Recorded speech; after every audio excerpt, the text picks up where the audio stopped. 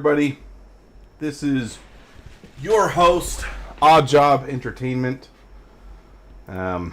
Hopefully audio is working correctly. Let's find out. Oof.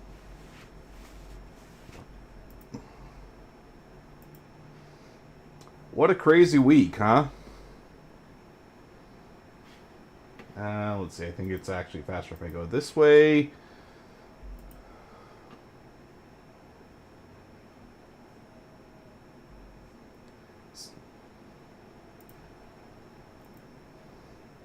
What a crazy week, huh?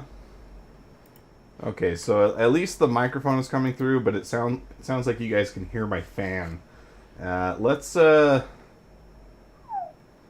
see. So here's the mic.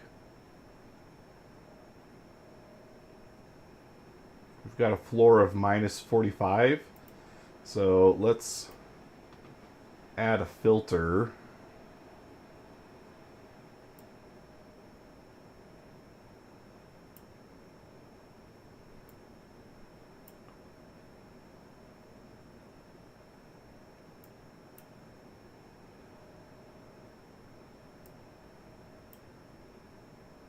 I think this is how you do it.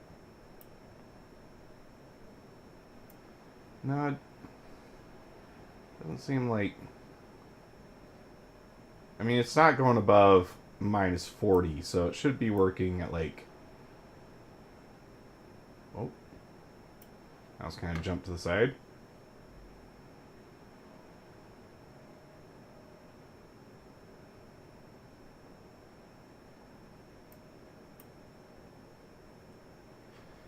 Ah, shoot. I don't know how this thing works.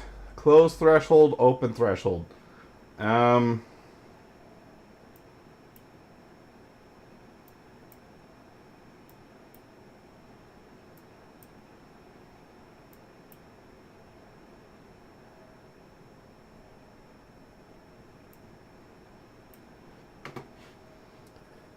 Alright, let's do some Googling.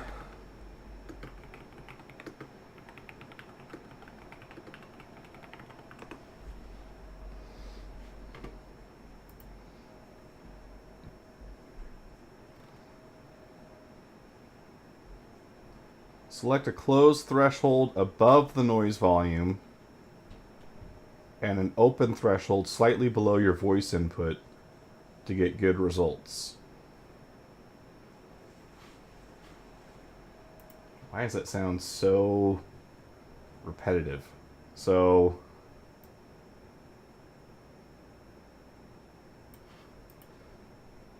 select a closed threshold above the noise volume. So we want that to be like minus 36. And let's see if I do some real soft talking. I'm still hitting at least minus 25. So something like this should be pretty good, right? Some real soft talking. I'm still hitting at least nah, it's still I don't like that. I don't want you guys to have to hear my fan the whole time. And I don't want to have to turn my fan off.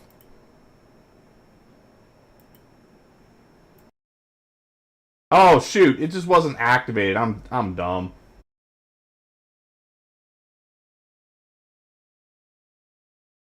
You guys to have to hear my fan the whole time. And I don't want to have to turn my fan off.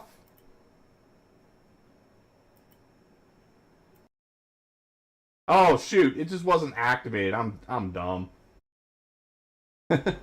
Alright, it's still gonna make sound when I talk though, so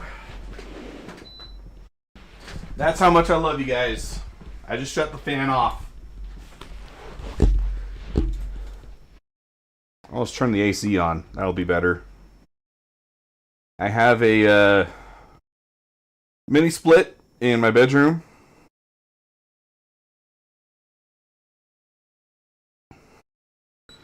Set it to a nice 69.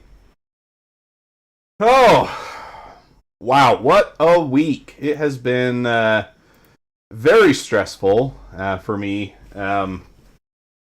I was not at the event at UVU, but I live less than a mile away from it, so to say that it has been a bit rocky lately would be a bit of an understatement. It has been very interesting, to say the very least.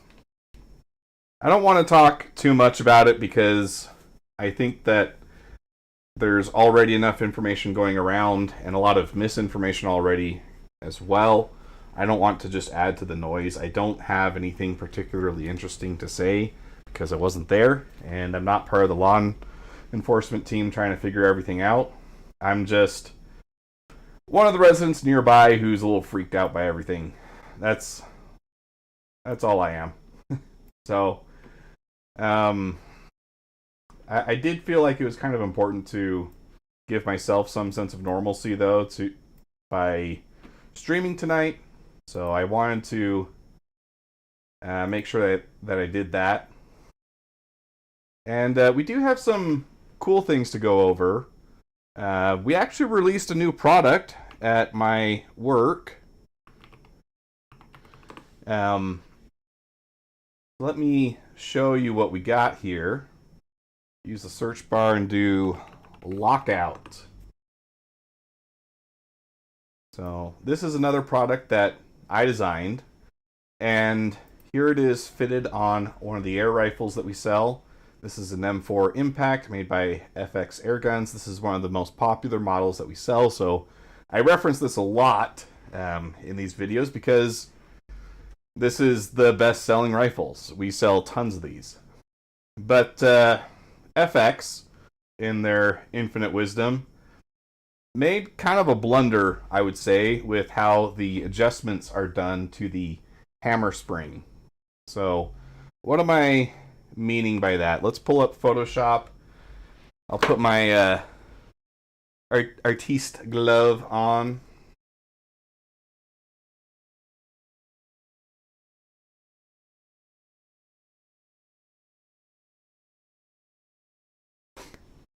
And I'll try and keep this simplified so that it makes sense. I've had to kind of rapidly learn all this stuff myself, so it can be quite a lot to understand. Right, here we go. I'll throw this up here. That way you can see what I'm doing without me having to do all kinds of crazy pan movements. I'm going to shut off my overhead lamp for a minute so I can see my second monitor clearly.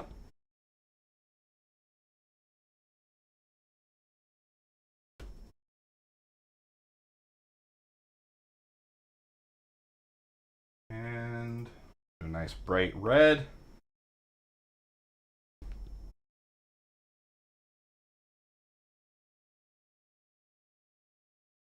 And we need it to be smaller than that for sure.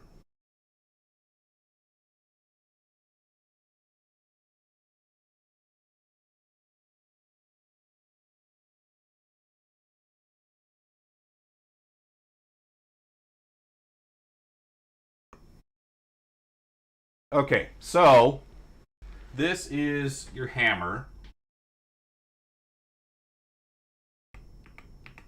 Need the brush smaller so I can actually, right, there we go. That's legible. And then behind the hammer, you have a spring that sensibly is called the hammer spring.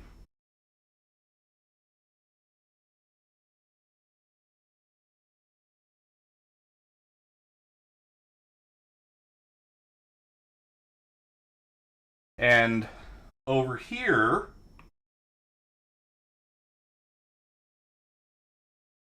you have the valve pin and the valve. I'm keeping things very simple. This is not how they actually look, but it's enough to help you understand. So, valve.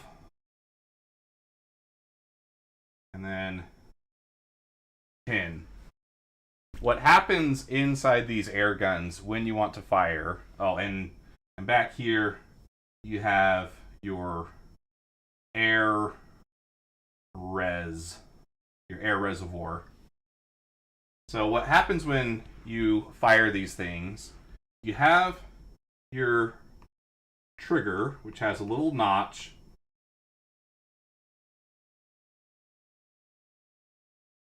to catch the hammer.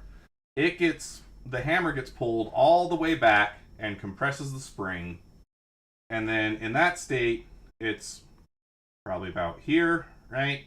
And it's held back by the hammer.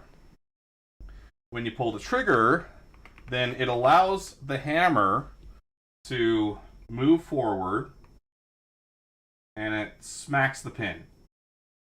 And by smacking the pin, the valve is temporarily opened to the reservoir, and that allows air to go through the valve into the barrel, which is up here. You have your projectile, looks like a goldfish from the side, basically, and that sends off the pellet or the slug or whatever you happen to be firing.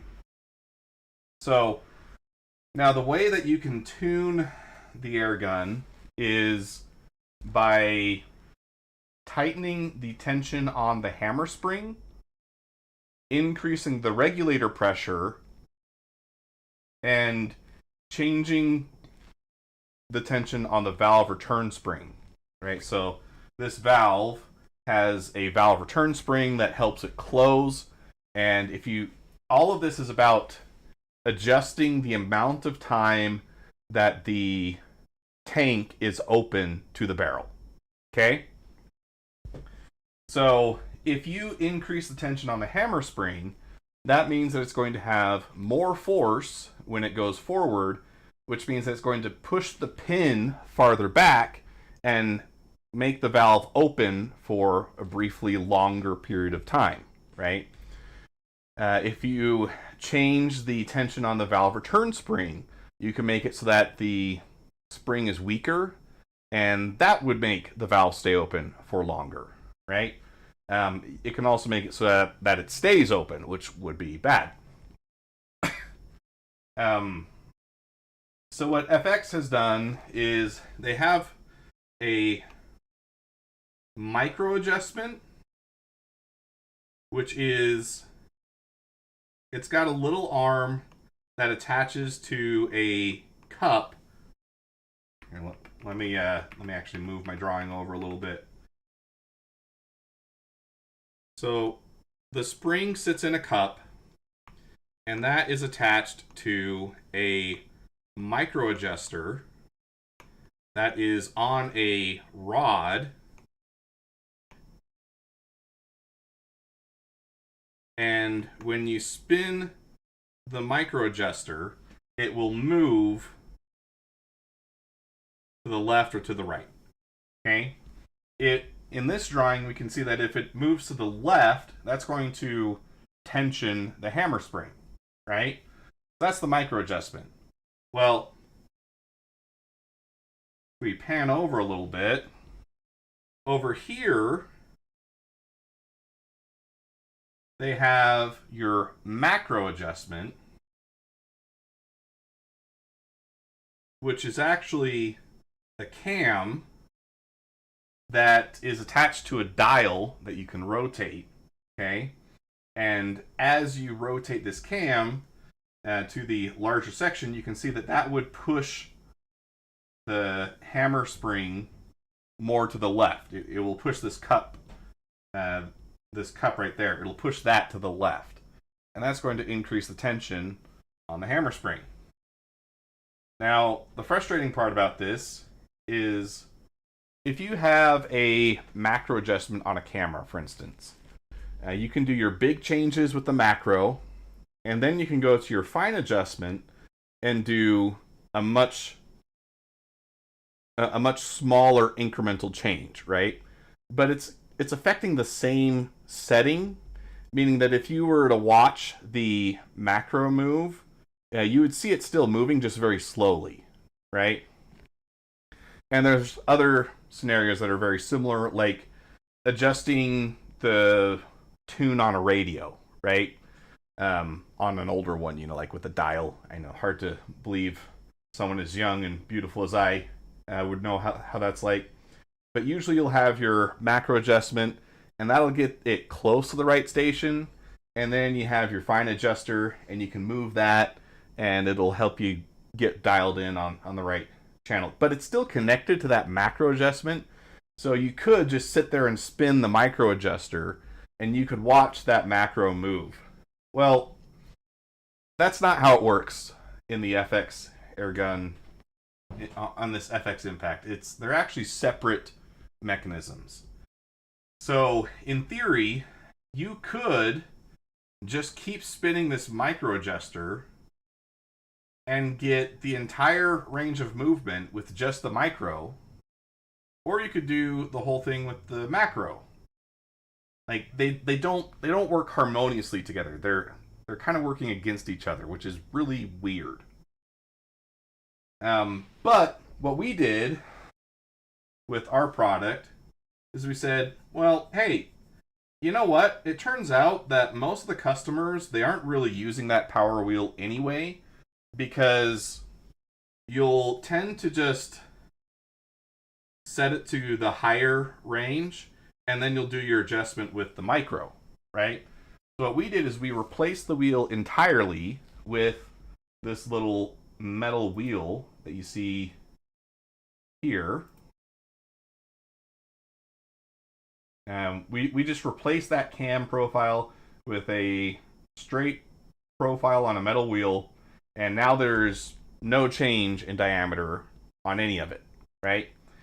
And now it's set up so that you just do the micro adjustment, get it to where it's tuned properly, and then you put this cover on top of it, and that protects your tune from getting bumped or dinged, right?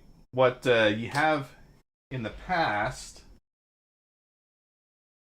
if I pull up a standard Impact M4, here you go. So you can see there's your macro and your micro.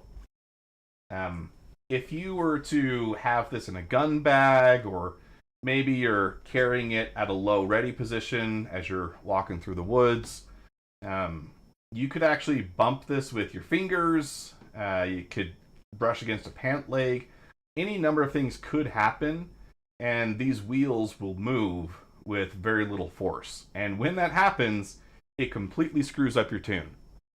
And the reason why that's so bad is it's not just that you lose efficiency, but it can actually really affect your point of aim. Or your point of impact, right? You will not be hitting the same spot, and it can introduce a lot of inconsistency if you're out of tune. I've just got a text. Let me see what this is.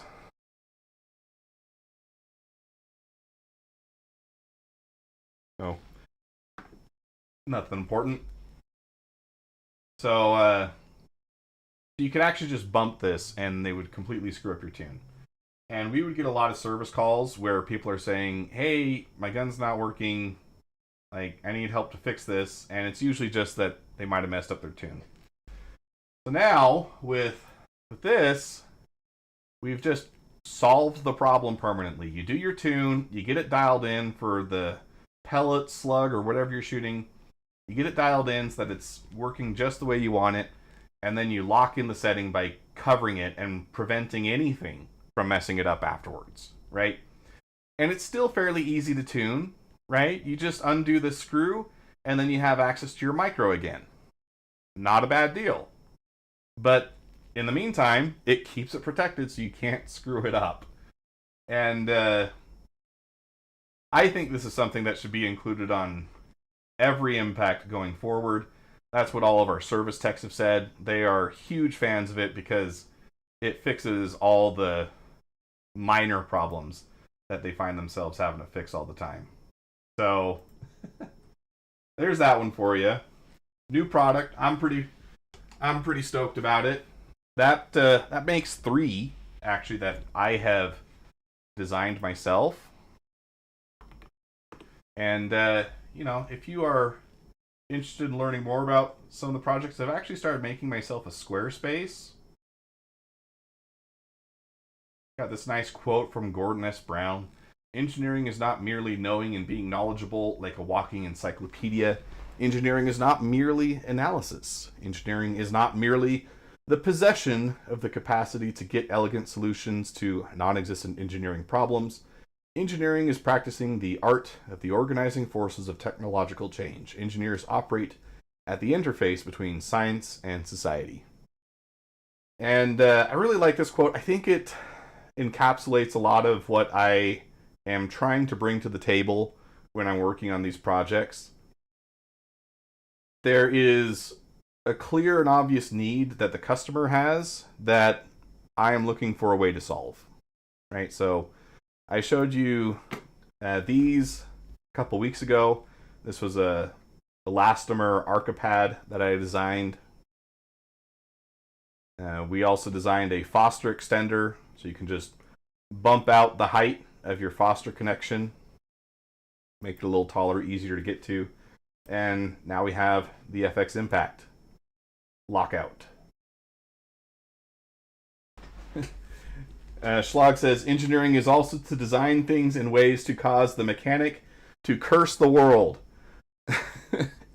I mean, sometimes you're not wrong, but the other thing that I've been learning is there's oftentimes a good reason for why those situations exist. Now, I am working hand in hand with the airgun mechanics all the time, so I have the luxury of being able to talk to them every day and get their feedback on something. Or get their feedback on projects that I'm working on. I ask them how they're going to interact with it, what their concerns are with my current design. And that's actually what led to these two holes here in the wheel. It was actually kind of funny.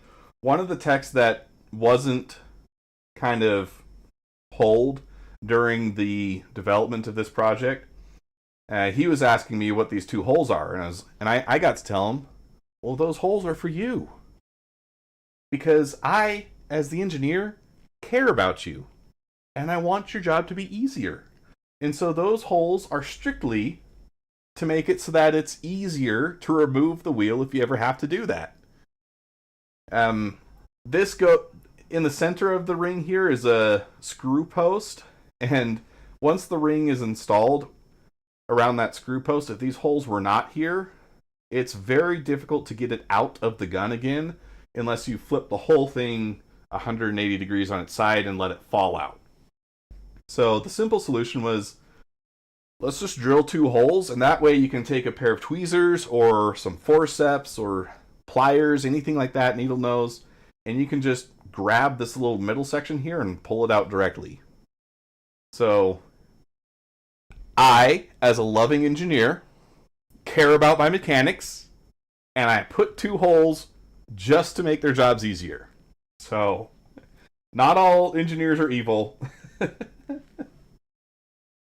And a lot of times there are other driving reasons, like cost. I don't think that engineers would ever be like malicious. Like, I can't imagine me wanting to make something intentionally more difficult, but I could envision a lot of scenarios where I might be unaware of what the issue is, right? Like, if I did not have direct access to the mechanics that work on these guns, right? How am I going to know what kinds of problems they're going to come up against, right? It gets very difficult. So that's one of the benefits of being in a smaller company, is that I get to be in charge of the entire production cycle, and I get to talk to the people that are going to use this every day and get their feedback directly on what their concerns are with it. So that makes for a better product. But in the same vein, when you work at a larger company, you're talking about now two entirely separate departments, and they might see each other at a Christmas party, right? So if you don't have a good way to express that communication across these different teams, there's a lot of things that are just going to get overlooked. A lot of really silly things overlooked, and yes, I really, really don't like engineers who don't have hands-on experience. So many in aviation just sit in CAD models. Yeah, I mean,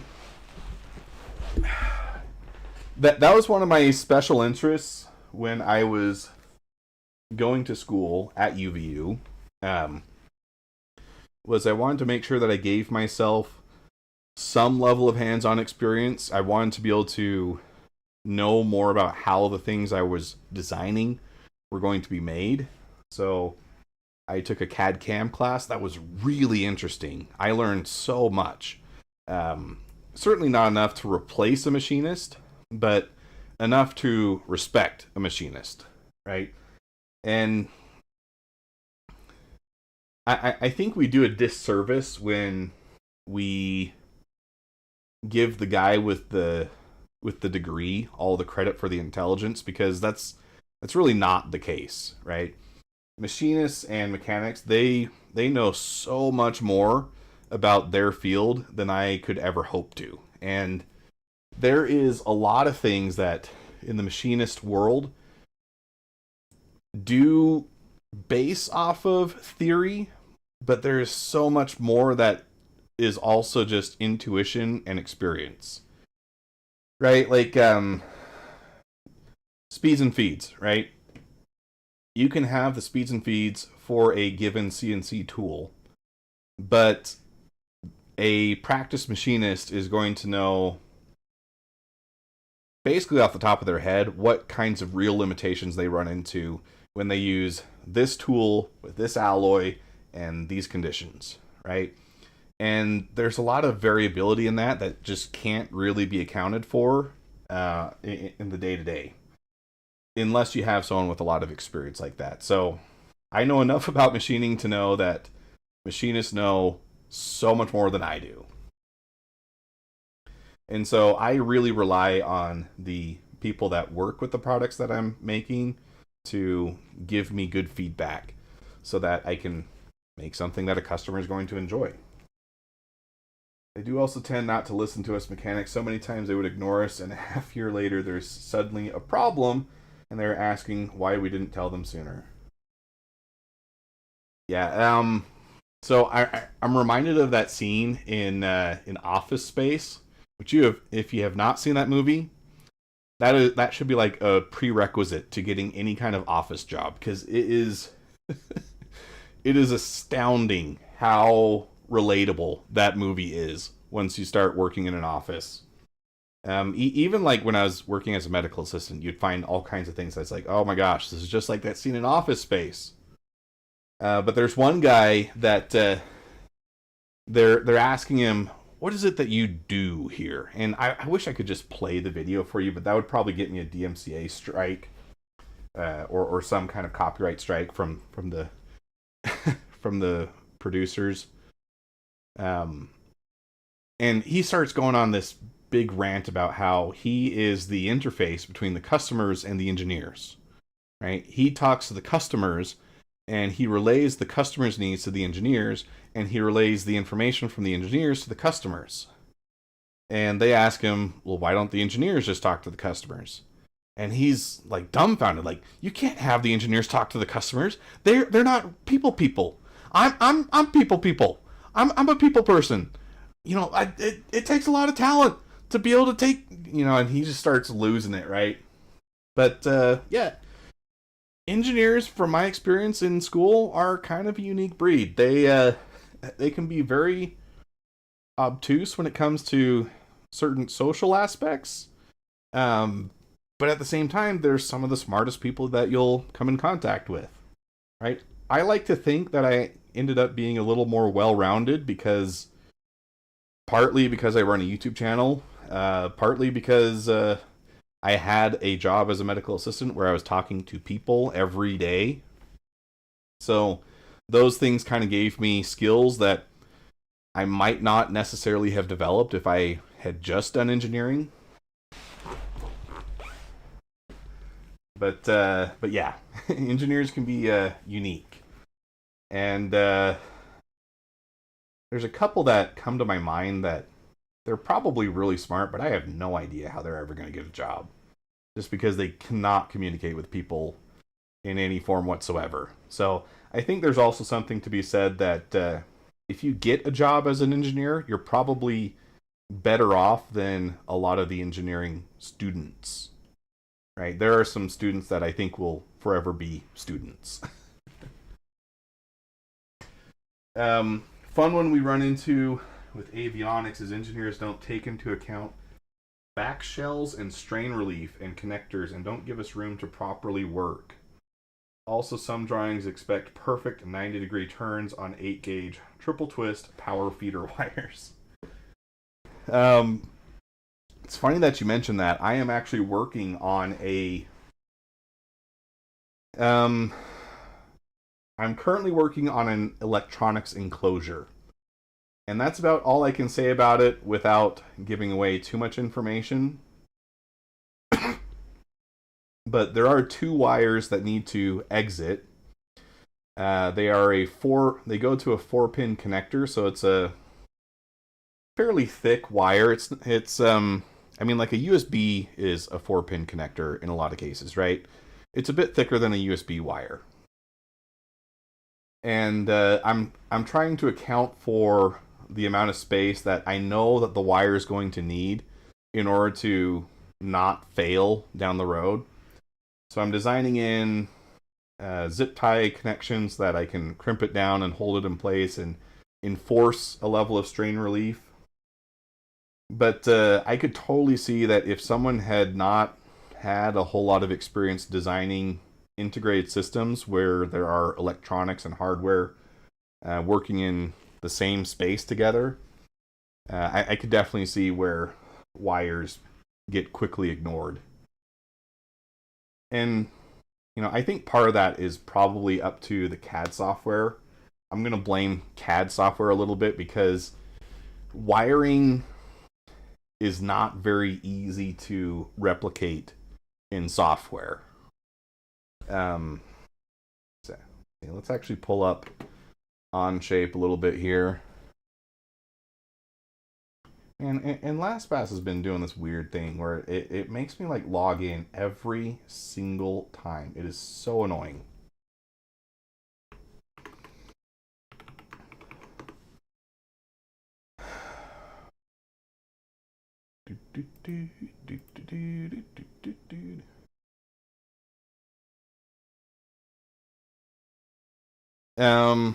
Let's see.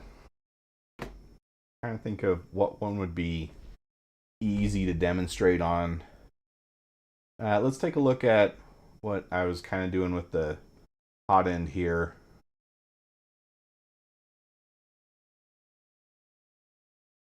Takes a second to load. Fairly big file. So you can envision there is a heater that gets attached to this piece of metal. I think it actually goes on this face here. It's a ceramic panel heater, and then it has 2 wires that come off of it. In this cylinder here, this one here, you have a thermistor that reads the temperature, and it has 2 wires. And then those are wrapped by a silicone sleeve that encapsulates this metal block up until you get to where the screw posts are. And then you have this channel in the heater, in the cool end side of the hot end. And that's for the wires to be routed through. Okay, so the engineers of the Micro Swiss hot end have accounted for all those things. They've given a space for the wire run to go. But you notice that there is no wiring present in the model. And that's where things get pretty tricky. I know I've done this before in Onshape, but I did it very briefly as like a test of the functionality.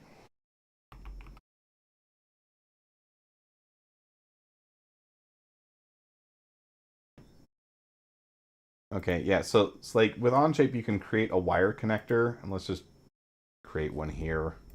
Not going to worry too much about making it exact. I just want to get something to like kind of pop up.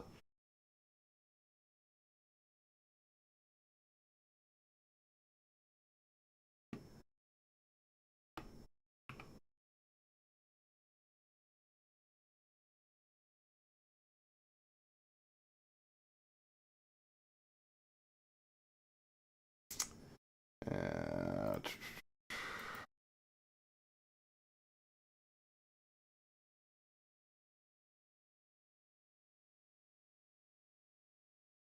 Shoot, this is going to be too complicated for me to even do a demo. I've already forgotten how to do any of this. I'd have to like watch a video and refresh my memory. But basically what I want to kind of get across is that you're doing the physical modeling, right? And then you remember, oh shoot, there's supposed to be wires that connect to this thing. Where do I put those? And then comes this process of having to realize you didn't account for that. Oh, I remember which one I did it on. Okay. I think I can actually show you one that I did. Nope, that's not it.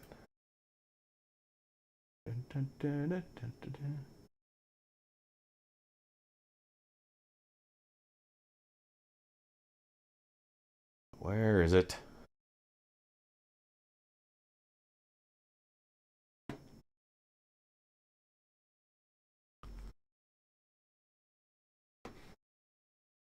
Aha! Look at this. Yeah, I actually modeled 2 wires for this little solenoid. Which this actually did not end up working on our project, by the way. I was really disappointed by that. I thought I had sourced a solenoid that was safe to use with gasoline. It was not safe to use with gasoline. The seal inside swelled with fluid and detached itself from the post, and then it was basically unsalvageable at that point. It was very frustrating. But it took me like an hour to get these 2 sections of wire in place. Now, granted, that was my first time ever doing something like this. I'm sure I would get better at it if I was doing it a lot. But my word, it is just not a very intuitive process to account for wiring. Yeah, these ones were actually just bare tinned. Well, I guess they were tinned open connections. There was not a connector on this. But yeah, you start thinking about like the different kinds of connectors you have, like JST, Molex, yeah, terminal lugs, um, splice, solder. Yeah, it gets wild, and you have to be managing all these different libraries in order to have access to those parts easily in CAD, and it makes my head hurt even just thinking about it. I do not like wiring in CAD. It's something that could be a lot better, and it just hasn't gotten there yet. But I am an engineer that cares, and in as much as it is possible and within my capability to do so, I do want to talk to the people that will actually interact with my product as much as possible so that I can make sure that it's going to be a good experience for them. There may come a day where I work for a bigger company and that's not exactly possible. I might not ever meet the mechanic, but having some hands-on experience, I hope that will show through in my work, and when people interact with a part that I designed, they won't want to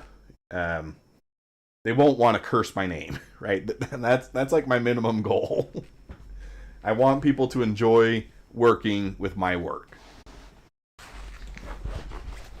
And I think most engineers probably have the same desire. They just don't have the means or the skill to do so. It's hard to gauge where that comes in. I've also heard fun stories about older F-16s pulling in FGs to where wire connectors would depin themselves. That's kind of a scary thought. What if it's something important?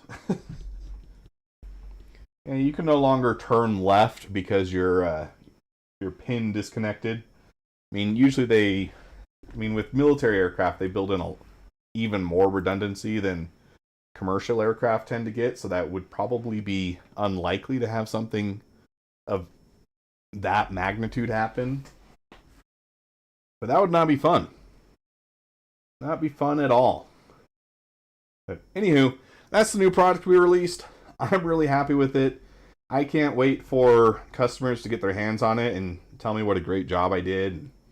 How thankful they are that their tunes don't get messed up again because I fixed what should have been a very obvious problem. That's actually a great example. I think the engineers at FX could probably do a little more to talk to their customers. Anywho, moving on. Star Citizen news. We have our announcement for CitizenCon Direct. It's in a month. 28 days, 17 hours, 19 minutes. Save the date. Looks like you got some... I ended up getting the previous year's goodie packs. This looks like a build on that as well. So last year they did kind of a light flight suit, which I think aesthetically I like more than this, but you know, variety's good. And this looks more like a open face helmet, so more like a ground crew situation, I suppose. Kind of the vibe I get from that. Have these guys crouching in the background. Let's see what it says about things here. New undersuit, new flight suit with helmet. That's probably what that is. There's a new armor set number 1 and new armor set number 2. I would guess that's what those are. They're just not showing us those yet. New jacket, probably on this guy here. I would assume it's something like what you see the general wearing in the Hold the Line mini movie. New FPS weapon 1, 2, and 3. Not showing us those, but there's cases, presumably as stand-ins for those. 2955 challenge coin and trophy, new decor 1, 2, and 3. Alright, so I think that's probably more than what you got last year, but I think that's also more expensive. I think last year's was $25, this one's $35. I could be wrong on that. I'm not exactly sure. Ignore that little one on the cart. I haven't bought it yet, but you can probably guess that's the wolf. I know I'm a naughty boy. It's tempting me. I had so much fun flying it last week that I'm really tempted to try and move some numbers around to get it. But I'm trying to stay strong for the moment. Be a part of the show. Ready to flex your in-game filmmaking chops, inspired by the hilarious entries from our in-game commercial contest back in 2951. That would be 2021 for all you normies out there. We're opening the hangar doors once again for community-made machinima-style videos to showcase during CitizenCon Direct. That might be something interesting for me. I like to make videos. I don't do it nearly frequently enough, but you know, that's one of the big things holding my channel back, is that I don't commit enough. I know that. I recognize it, but you know, it's just where my life is right now. I'm doing good anyways. See, that's the same thing we just read. But this time, we're moving away from commercials. Instead, think quirky PSAs, satirical how-to guides. I actually have a great idea for that one. I can't give it away, though. Keep an eye out on the channel, though. That might be popping up. Dramatic reenactments of mundane events, and day-in-the-life vignettes, over-the-top org recruitment ads, or even slice-of-life moments with a twist. Keep it short, max 30 seconds. Lore-flavored and fun. Whether it's celebrating a local hotspot or sharing an absurd mining safety tip, We can't wait to see the unexpected corners of Star Citizen you'll bring to life. Wills, are you talking in reference to the challenge or in reference to something today? Because I'll probably be putting out a broadcast message to collect a few people when I need to do stuff in the game. But yeah, I'll definitely send you a DM when we're ready to do something like that. I might be trying to do a big portion of it IRL though. I don't know. Let's see. Wills and Schlag are two members of my typical community that will probably be getting a DM in the near future talking about the idea so that we can kind of brainstorm what the best way to bring it to life will be. Can't talk about it here on stream, but keep an eye out for a message at some point, and you can help me make some key decisions there.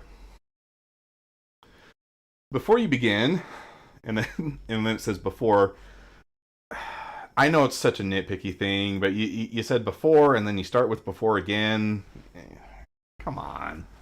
Before you start on your submissions, please read the contest rules carefully and remember to only submit your entries to CitizenCon Direct at CloudImperiumGames.com and not as a reply to this thread. We love the in-game product ads submitted last time, but for this year, we're encouraging creators to focus on machinima that brings characters, stories, and cinematic moments to life. So that might actually answer one of my questions for me. They say focus on machinima. So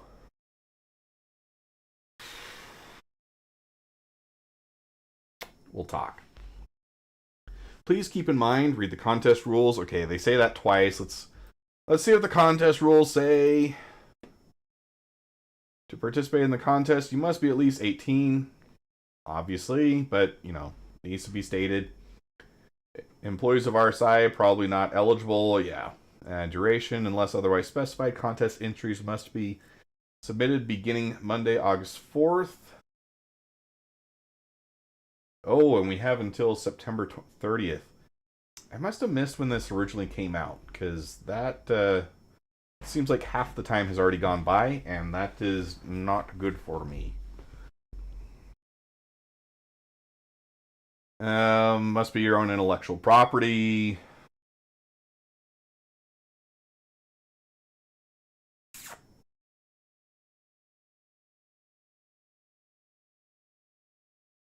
Video contest on the subject line. Accessible link.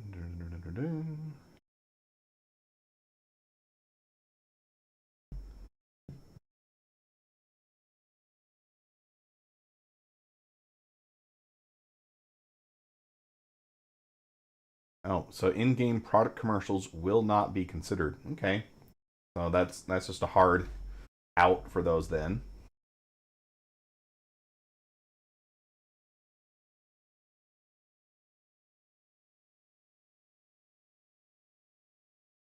Must include the provided end slate at the end for at least 3 seconds. Let's see what this looks like. Nope, not there. Put it there.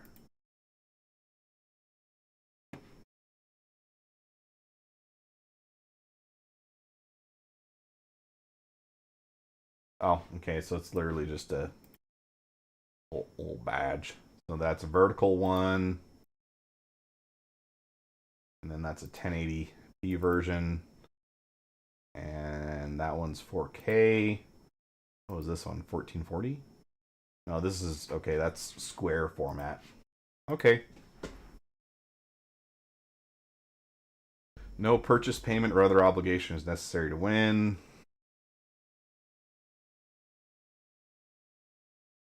All right, cool.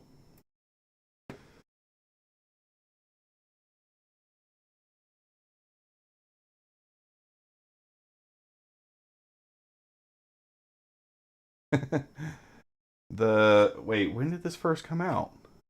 This was August 4th.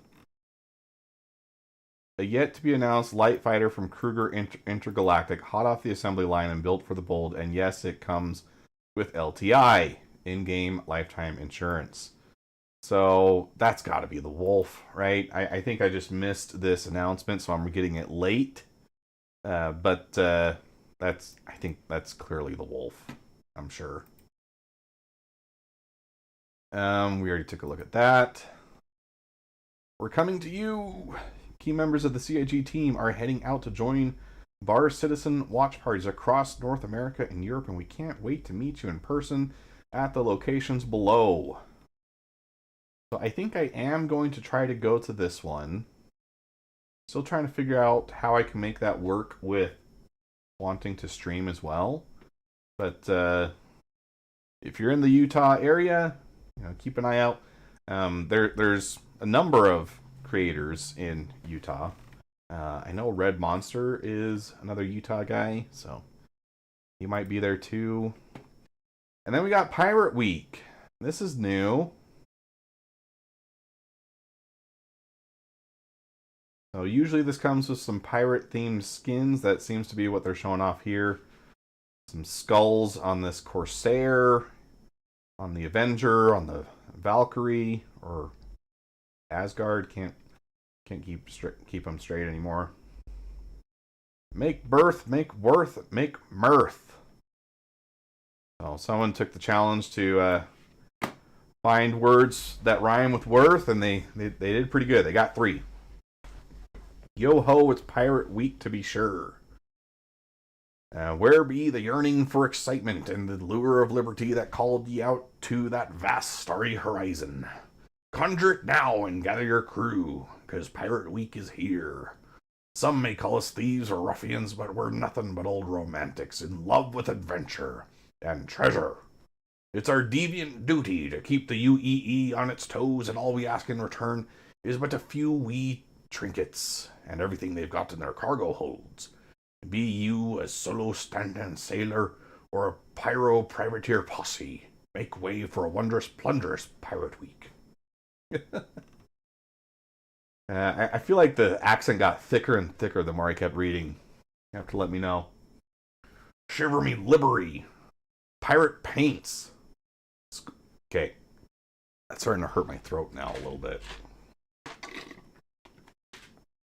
The Skull Crusher paint is back to intimidate your foes throughout the black. Brandish it on ye Asgards, Corsairs, Avengers, and Ursas to remind passers-by of the ne'er-do-wells aboard, and that they venture close at their own risk.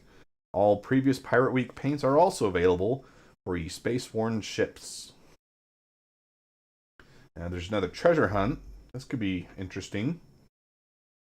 Hoist yourself up the spire reaching for the clouds, or Cutter's Rig, where X be planted on the lone peak. Let ol' Odal guide ye to the 6 ye seek.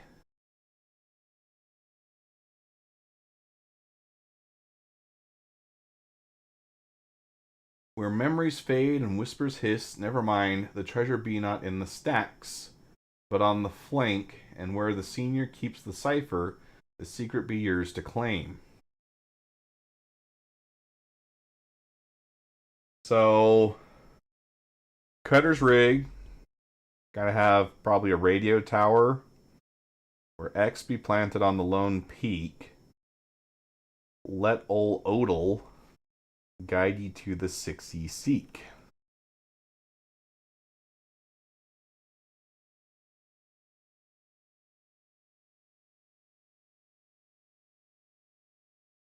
And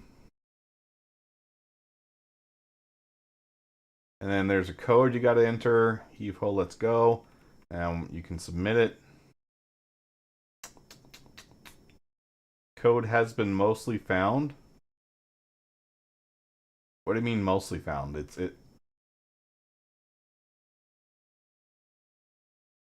Paints look good.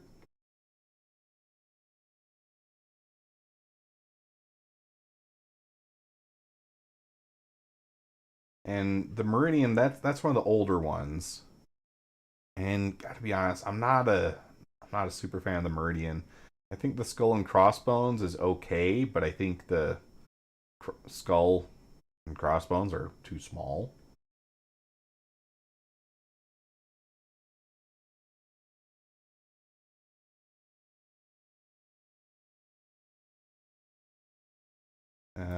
This is interesting. Where's this? So you can get the Artemex Canuto and the Arden Archangel set, as well as some containers for 2512.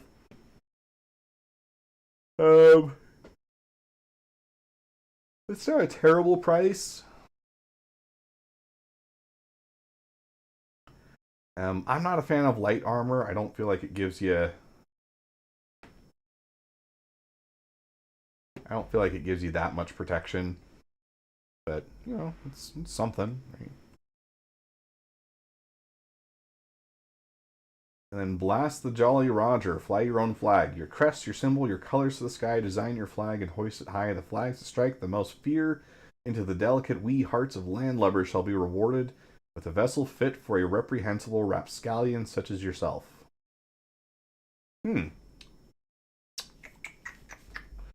Drop anchor and spectrum to find out details. Jared must have written this. It looks like someone had way too much fun writing it, so it had to be Jared.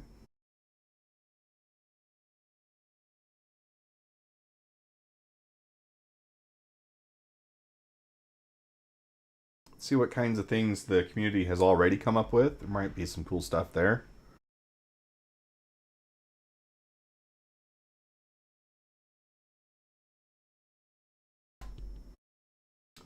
Oh, I like that.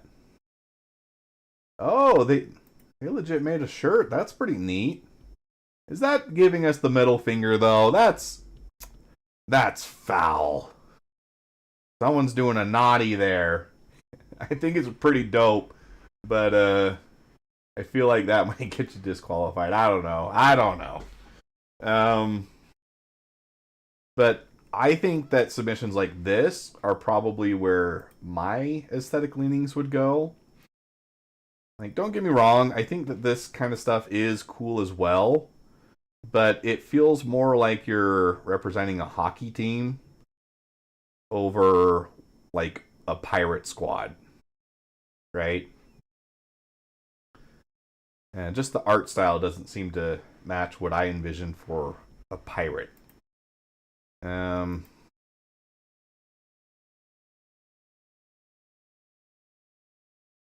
I guess that's the flag.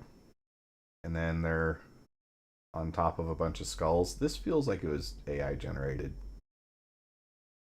The skulls, at least. I don't know.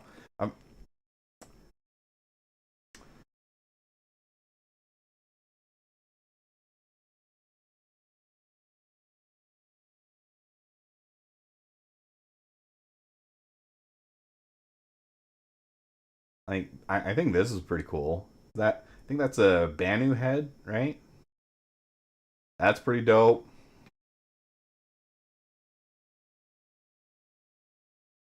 Some pencil work. That's cool.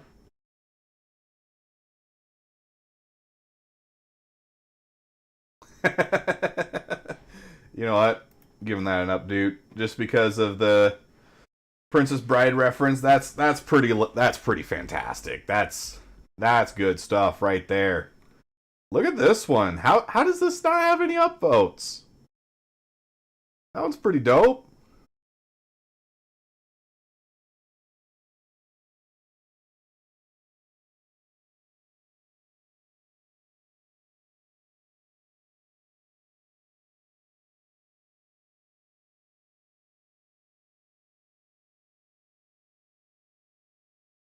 I mean, I think they should be like very clearly Star Citizen assets there. I think that would make it better.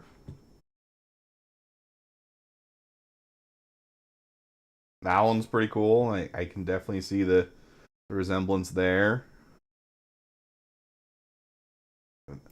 You deserve an update. I'll give you one. This one gets one just because they actually made a flag. Like, that's pretty cool.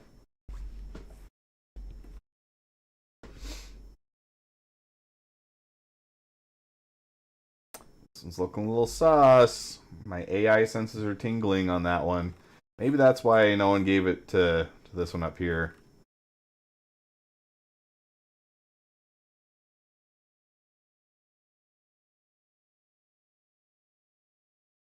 All right, cool.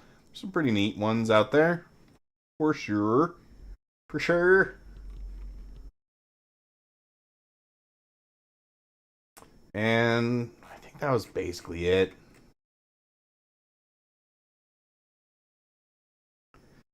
We'll take a stab at this in game. I'll leave that one up. Disco said something here. Let's check this out. What'd they say?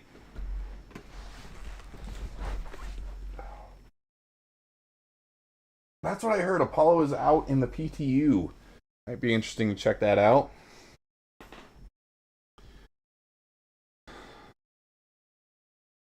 I said we drew a line in the sand, and now we have to do everything we can to make it. I said we're on track and that there's no mystery here, nothing to hide here. I said that we just want to leave everyone's heads down to focus on meeting that statement we gave last year. I said that when we get closer to the release, you'll see and hear lots more about Squadron.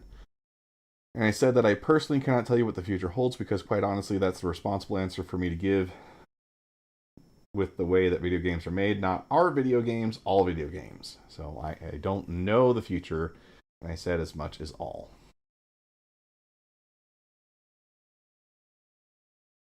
If you don't know already, Jared mentioned that Squadron 42 won't be present during this 2-hour sitcom next month. Jared said the quote in the title, but then went on to say things are on track, not really relaying the right message, not gonna lie. Alright, fine. Let's watch the clip. There, and I want to star explain. I'm going to start explaining the information that was there. There will be no Squadron 42 presence at CitizenCon Direct this year. So just in case there was any kind of people were like, I didn't quite understand the message, or maybe the message wasn't fully clear and whatnot, and if it wasn't, maybe that was on us. That team is heads down. We drew a line in the sand when we said 2026. I don't know if we're going to make it. I just know that we're going to do every single thing possible to make it. And part of that is not taking time for the distraction of citizens. All right, so probably making a mountain out of a molehill from what it sounds like. I don't think, based on what I'm hearing from Jared saying, that there's really too much to say at this point. Would I be disappointed if they don't make a 2026 release? Yeah, especially because they put it on the banner. But would I really be surprised with Star Citizen? No.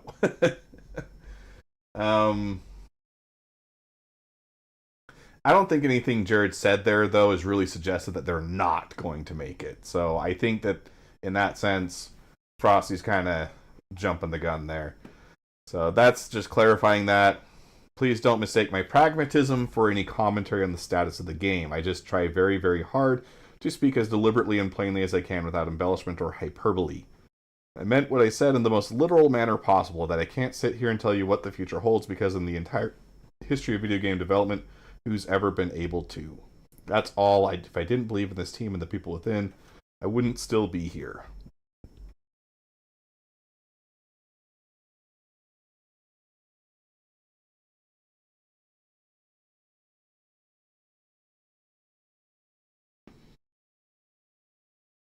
So I think it's still too far out to make any kind of judgment call there.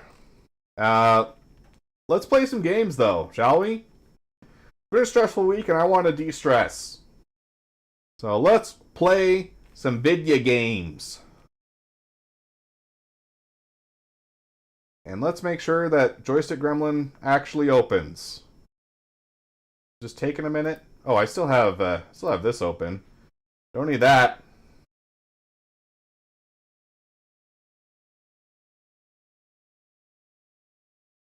Now it opened twice because I was impatient. Apologize, Joystick Gremlin. I should have trusted you. Let's see. Do I need to be in the PTU for this? I don't think so, right?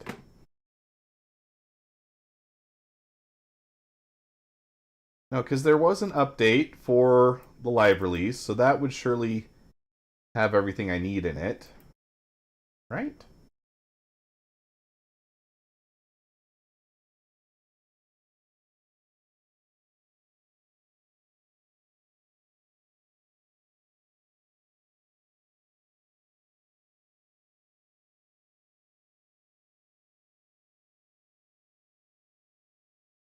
All right, let's just do live then. We're doing it live.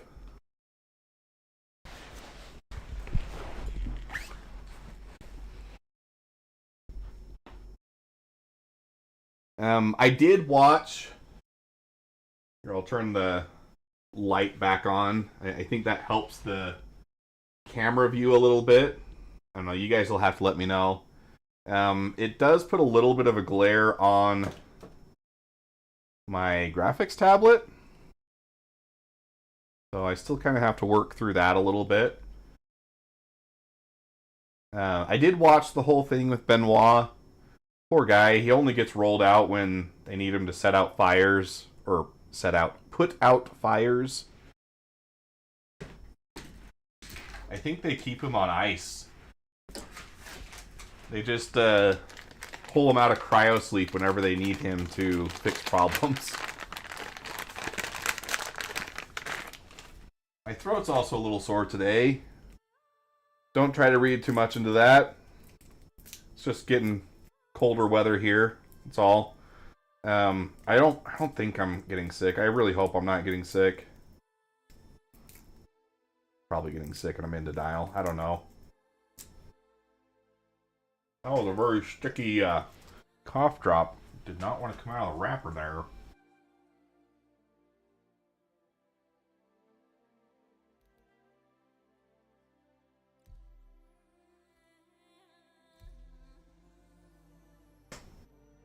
Connecting to excellent dwarf planet.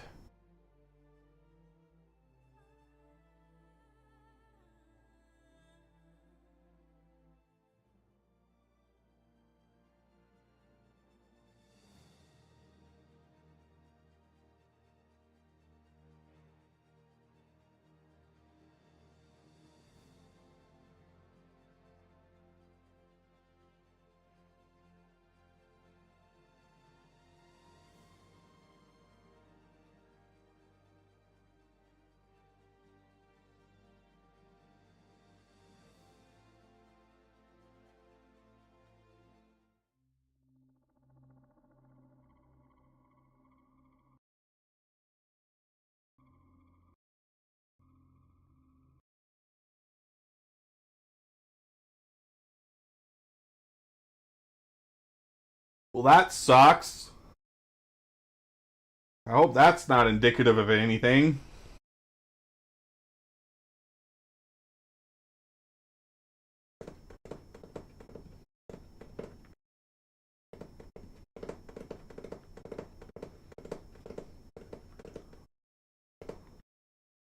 That's it, guys. They're not making a 2026 release. It's not going to happen.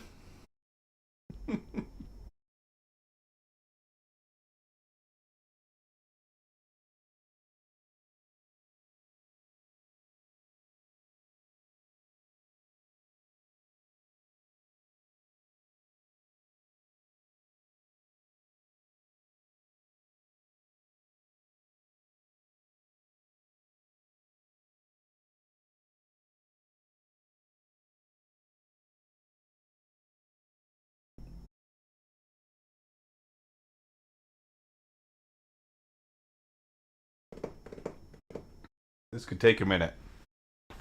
Ah, dang it.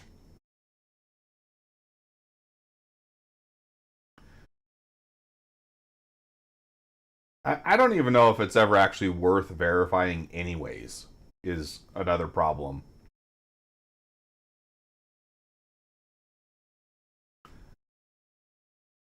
Like, they're brand new files. I just updated them before starting the stream.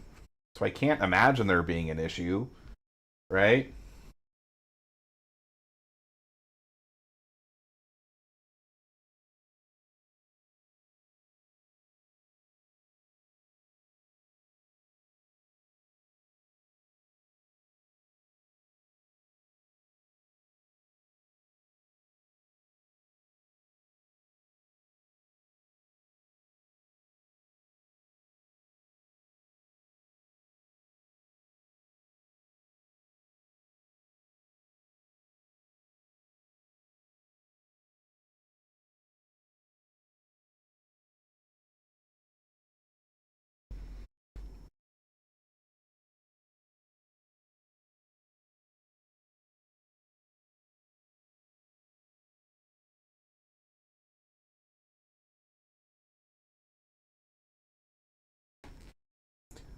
So one guy walks into a bar. Second guy walks into a bar. Third guy ducks.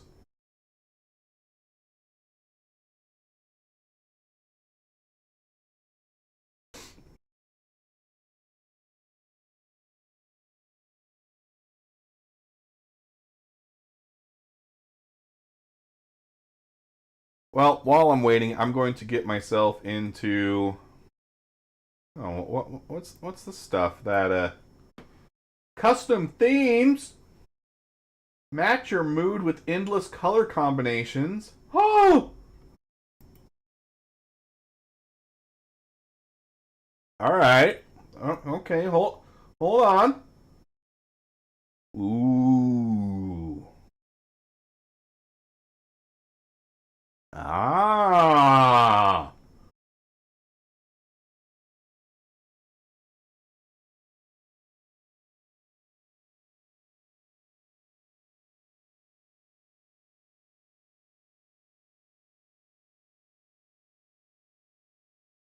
Hmm. Ah. Nope.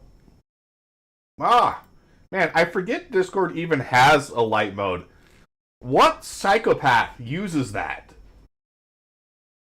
Ugh. There are some twisted people out there. So, interestingly, I think that. No, you do not use Discord light mode. Do you really?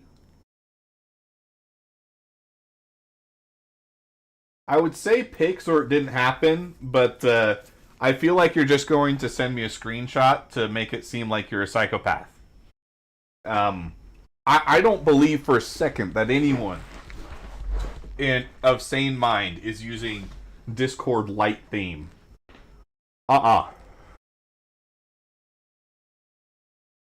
And I saw what it said there, Master of Ducks. It said you were playing Roblox. What you doing in Roblox? Hmm? Someone's acting a little sus. Whoa! It didn't. What?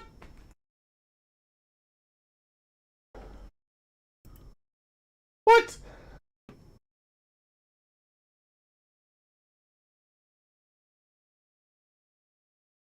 Oh.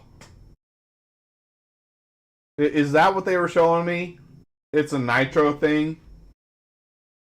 You know what? Screw you, Discord. Why do you do that?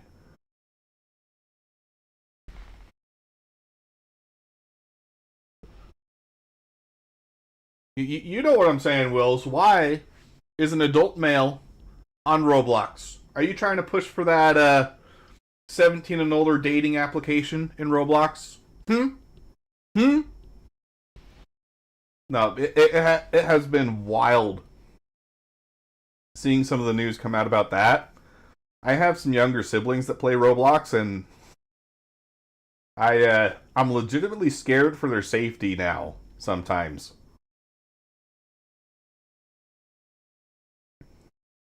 there are for sure some weirdos. I'm sure like 99% of them are fine, right? But it's the 1% that ruins it for everyone else.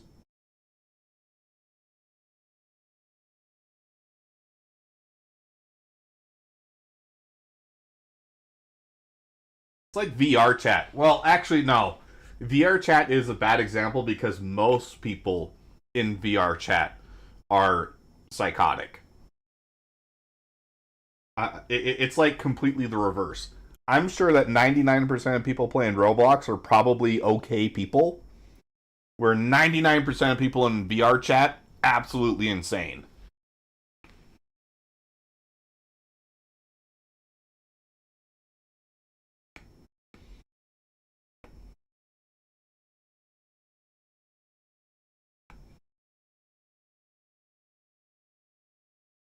I remember my sister complaining quite a bit though because she liked to play this game where it's like you dress up your character for a runway and then people vote on like what they think is the best outfit of the characters. and she would get so steamed when she felt like it was rigged. Like if it was just clearly a bunch of girlfriends playing and they're voting for each other, she would get so pissed. She'd be like, I'm not even being judged on merit. They're just friends." It was so funny to watch her get all twisted about it. But she does have a good point. It's not fair to just be voting for your friend. What if your friend sucks at fashion choice? Vote for the best dress. But she's a cutie. It was fun watching her play that. Bit of a spitfire. All right. So game says game is good. Let's try this again.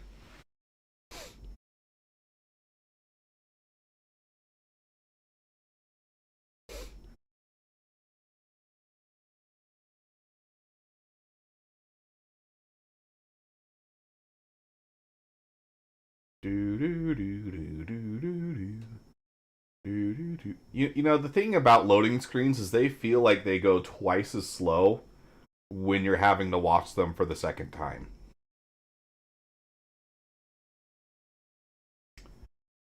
If we pulled out the stopwatch, I'm sure it's the exact same period of time, but my word, does it feel like it's taking forever right now. I should be in there. I should be playing. I should be playing a game. Okay. Cross your fingers. Cross your chromosomes.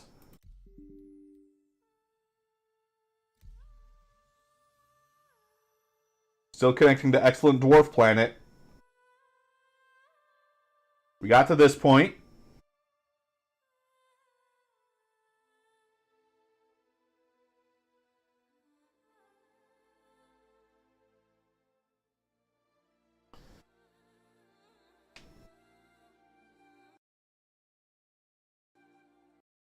Ah! No! Why?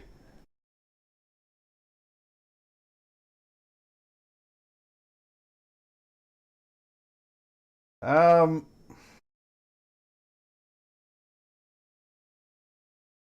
Yeah, ruh-roh. Let's see if there's anything on the issue council about this.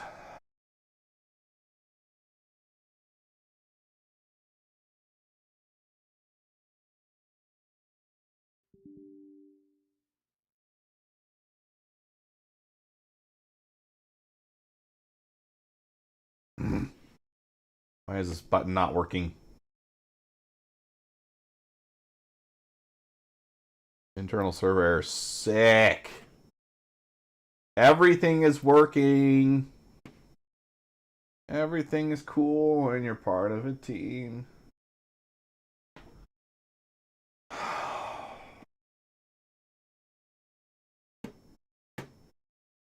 Oh, so that button works.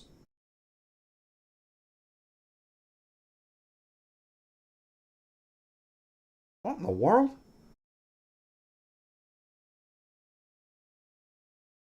This was from 323. And it was confirmed 15 days ago?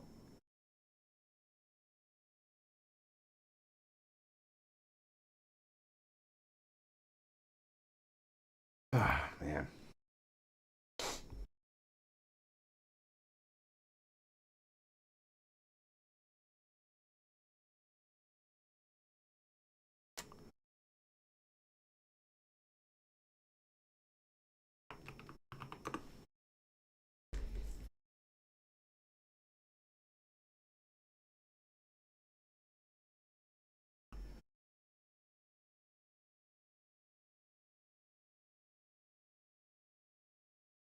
Okay, this person's just having a crash out. Like, literally just having a crash out. That's not an issue report, friend. Come on. Count, login, timeout error, game crash once in hangar. We haven't gotten to the hangar yet, so that's not us. On returning to main menu and trying to re-enter, my client freezes while loading. I can reproduce that regularly. Not breaking or so, but I usually have to reboot the client from the launcher. That doesn't sound like the same thing.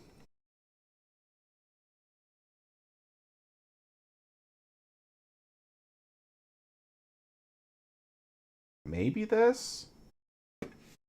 But I don't think we've gotten to that point yet either.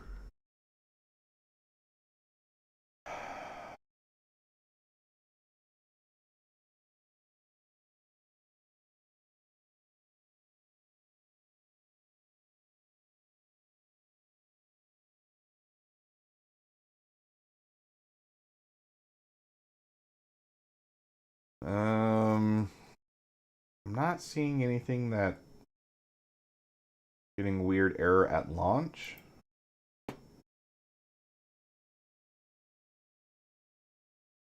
I don't think we've seen anything like that, so that's probably not it.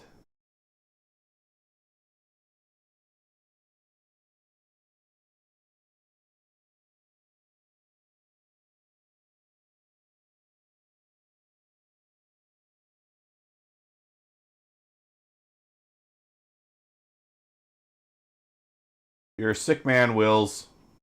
This is ridiculous. You need serious medical attention. Something's wrong with you, dude. I still don't believe it. I think you faked that photo.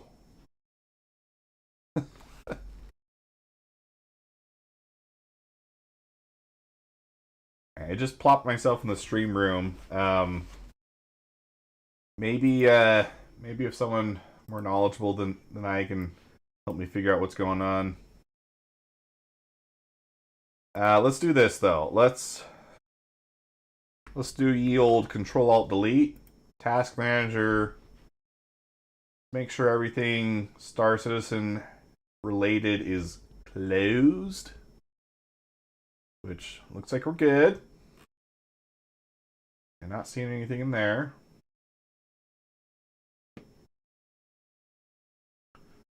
Open the launcher.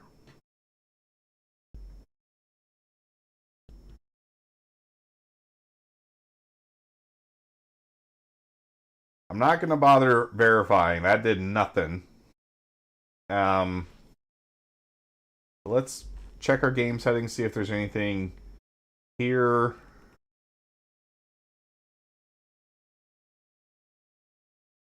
I can delete these. I didn't do that before, so maybe that will help.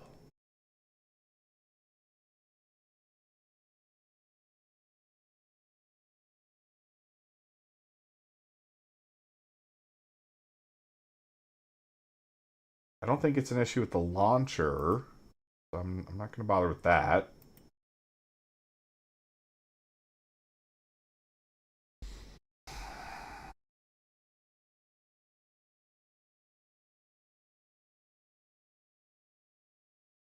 I lost a bet years ago and had to change my Discord theme. Alright, well, whoever is enforcing that kind of rule on you, they are a psychopath as well.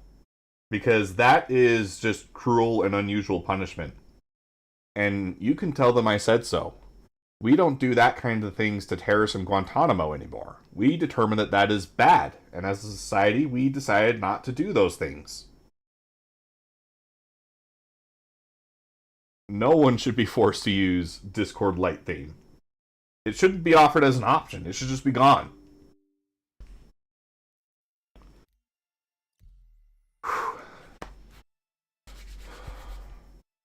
Alright. Channeling my psychic powers. It's gonna work this time.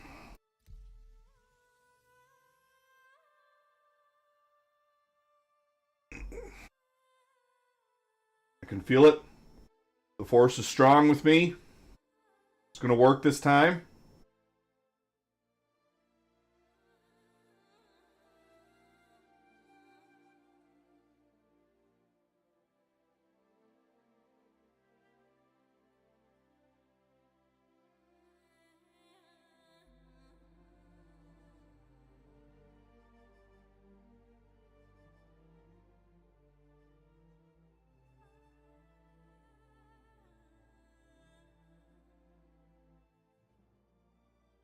think we're getting farther. Maybe this is actually working.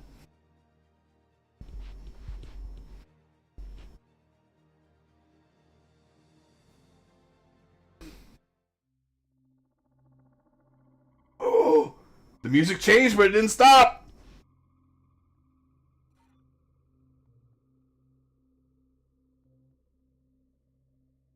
Come on, baby.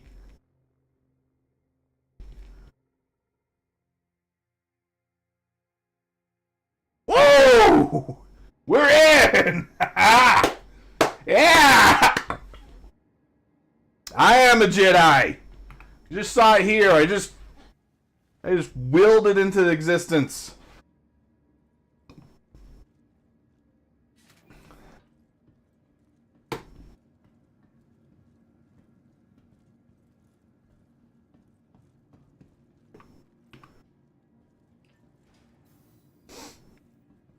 Still have an injury from the last time I played, which was probably last Friday.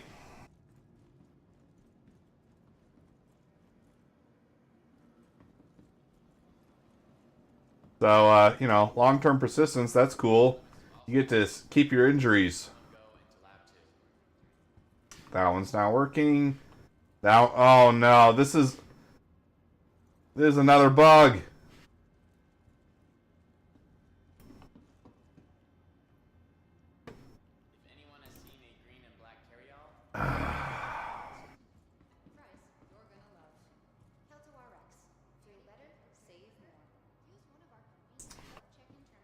Well, there is another way to solve the problem.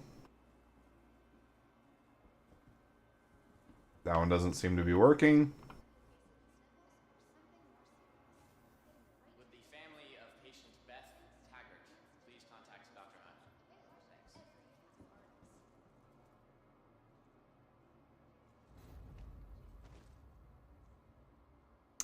Where there's a will, there's a way, baby.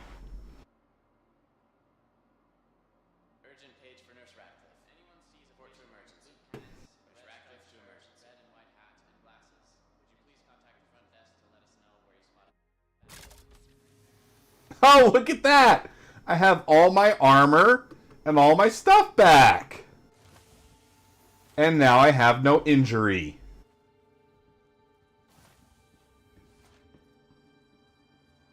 Just a friendly reminder that no matter your health status, just by being here, you're already taking an important step on the road to wellness. RN Ashcroft, contact the front desk. Use one of our convenient self-check-in terminals and start your treatment here at Koto RX. Oh, yeah, so my body would have been right here. I fixed myself. I'm not broken anymore. Alright, so let's see.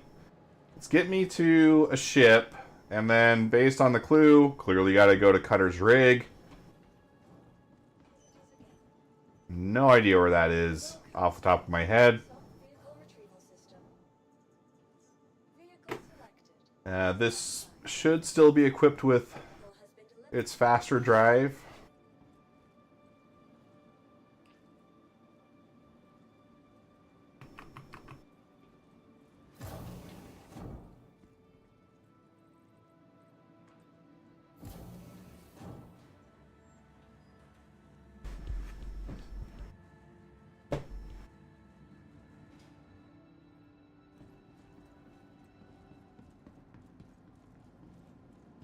Uh-oh, it's blue.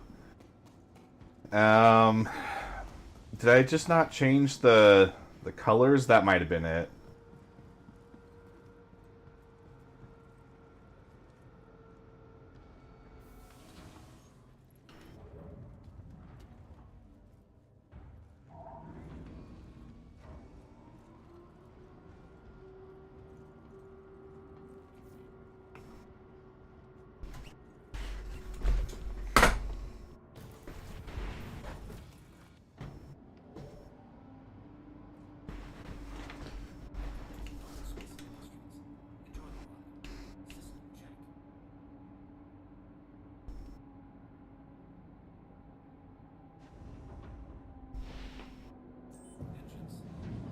Oh, okay.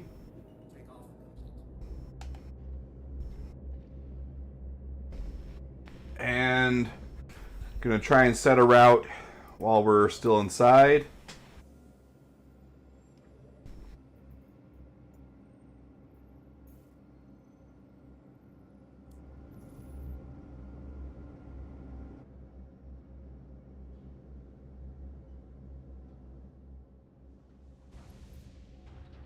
Whoa! Max weight 1300 seconds? Come on!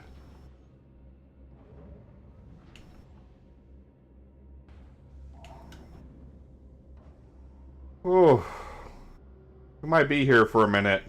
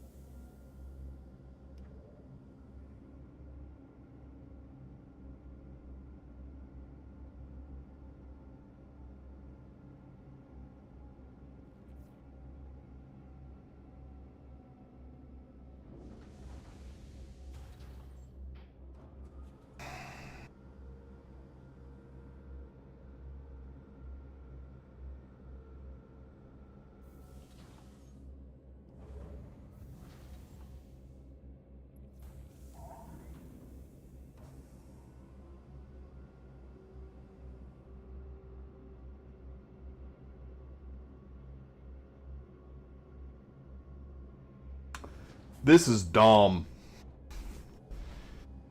Ugh.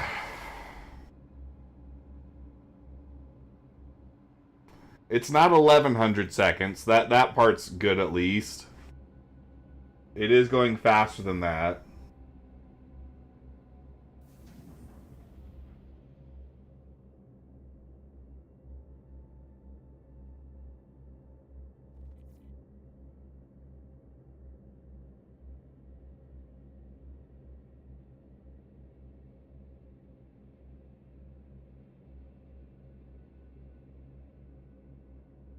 I'm confused by what's going on in the game chat here. They're saying people using repair tools to fix their light fighters is an exploit.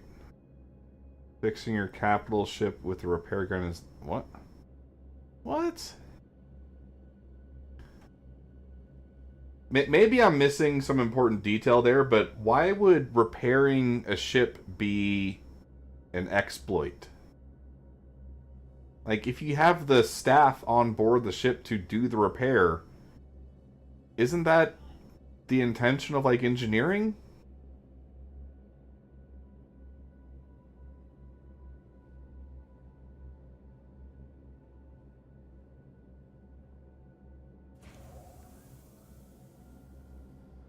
Yeah, I mean, maybe there's something broken with how the repair is working, but...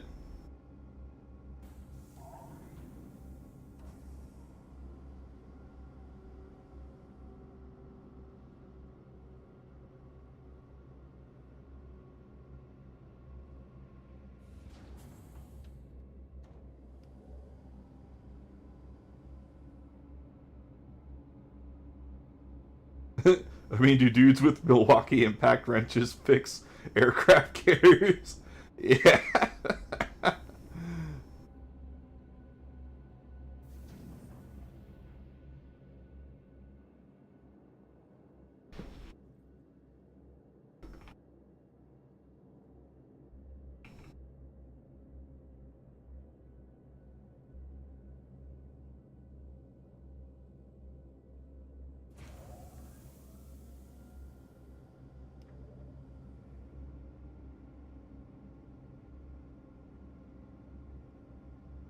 Aw, I thought mine was funny, but it's going by too fast.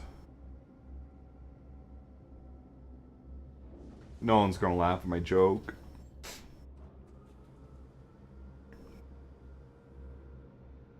I'm gonna pretend that Commander Greeno is laughing at my joke. That's my LOL.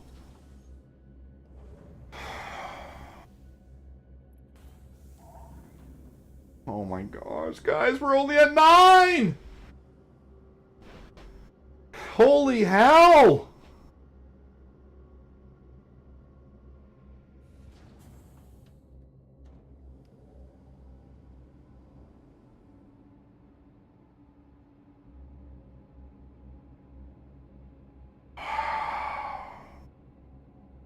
I hope this is riveting content because I'm suffering.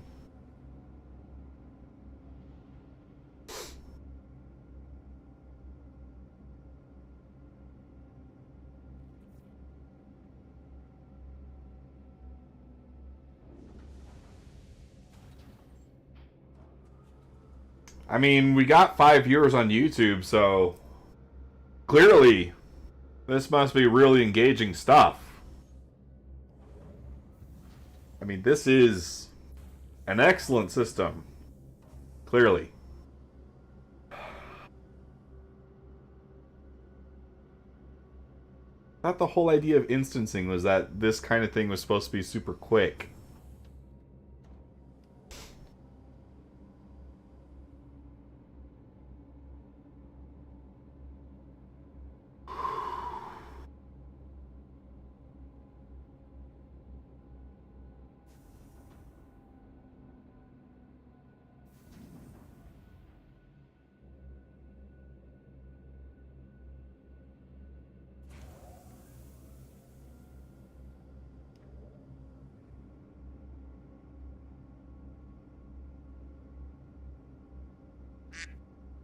Ah, there it is.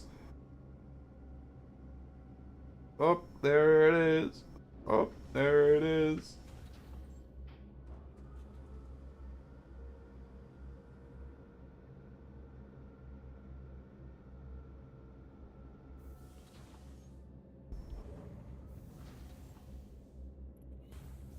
Oh my gosh. We're at 7, guys!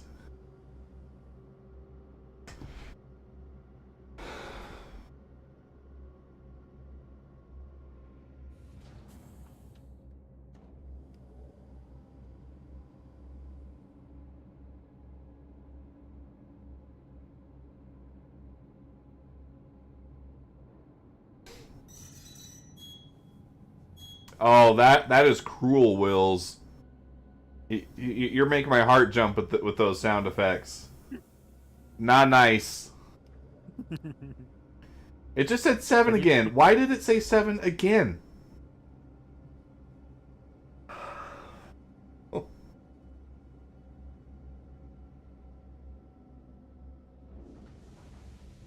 I gotta keep you on your toes. Yep. I think there must be some overlap with the nearby hangar. Because I'm seeing shots go through. Oh, now we're down to 6.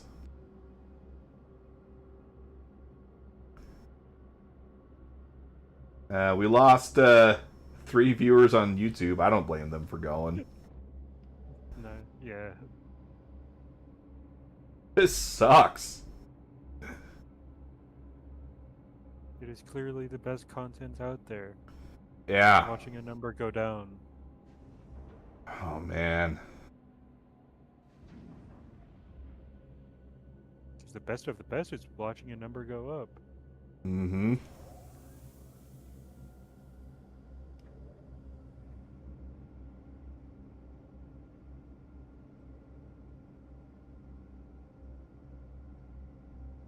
I do not get this chat going on in game.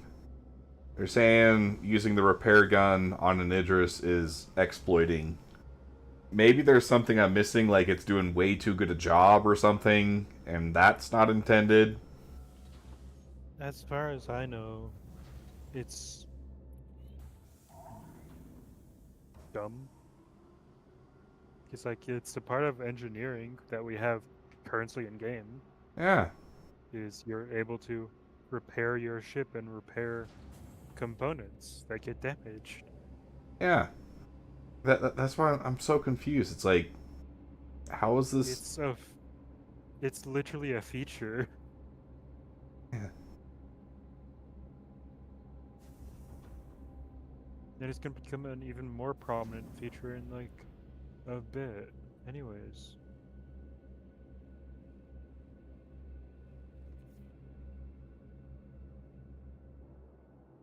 I mean, it sounds like they're just upset they lost a fight.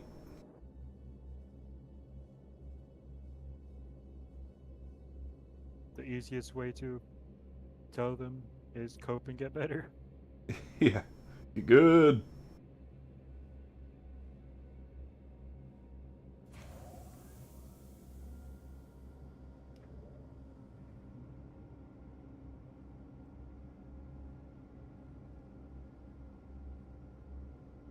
Well, someone in PTU is literally just saying that the Apollo is lame. I mean, it's a med ship. It's not going to be for everybody. Yeah. I'm excited to see it, though. I wanted it because I genuinely want to do the medical gameplay of going over and rescuing someone from with med beacons. I genuinely want to do that. Yeah, I don't think med beacons are anywhere close to a state where I would find them fun, but I think that they could be good. Well, also part of that is because like my first actual experience with Star Citizen, I died at like a place on Microtech, and I put out a med beacon, and someone actually responded to it. My luck with med beacons has been very iffy. Most of the time they don't take them, or I'm already streaming and so someone's able to hop in game and get me that way. So streamer privilege for the win, right? But if I'm not streaming, the only time I've ever actually really gotten a successful med beacon, besides the one that I literally made a video about, they just killed me and stole my stuff. Yeah, that's always depressing when they do that. Yeah, it's like you are putting a target on your back, like, hey, there's some good stuff right here. Come to this marker.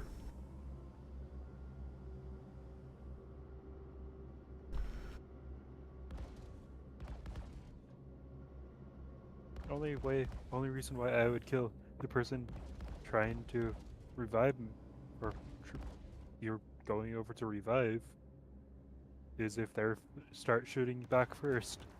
That's the only reason why. Yeah. And like people that just go over, kill you, and take your stuff is the reason why people kill the medic and take their stuff. Yep. Or is Geneva Convention be damned. Take the medics out first. Aim for the healer.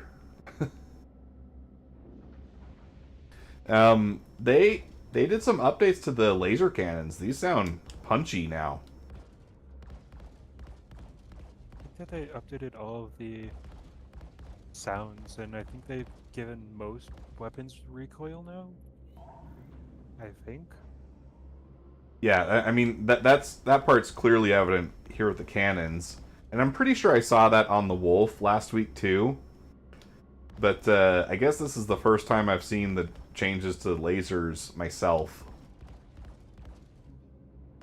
And, only so much of that actually gets conveyed through YouTube. It's really hard to get a feel for those kinds of subtle nuances. Yeah. With the audio and video compression. But I will say that the Apollo did sound very amazing. So they're yeah. doing very well with the new sound designing. Yeah, they've always done a good job. But now it's a better job. Yeah, there's a level of refinement that's entering it that is really appreciated.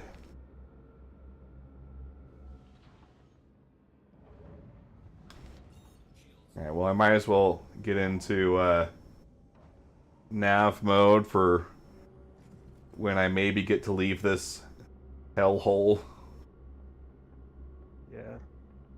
I'm number 1 in the queue. Yippee.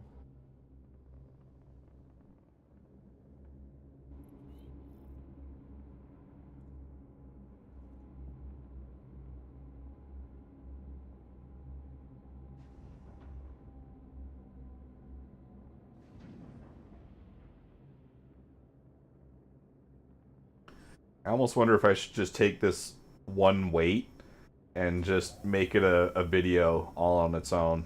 Like, it's not going to be a good video. Right? It's just literally watching a weight.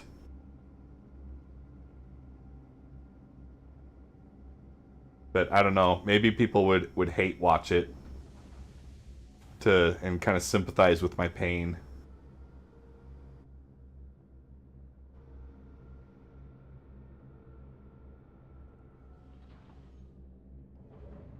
Star Citizen experience. Yep.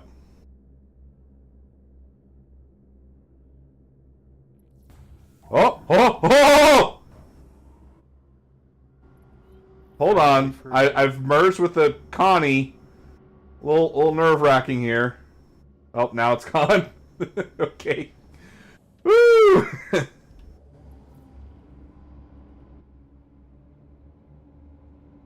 But I've never actually seen a wait time that was that long. Oh my- ridiculously long. Yeah, that was insane.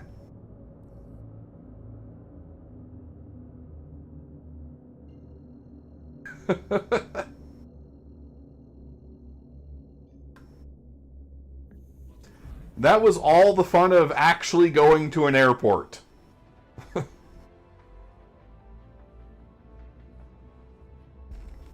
They managed to bring the TSA experience to life there. Crazy.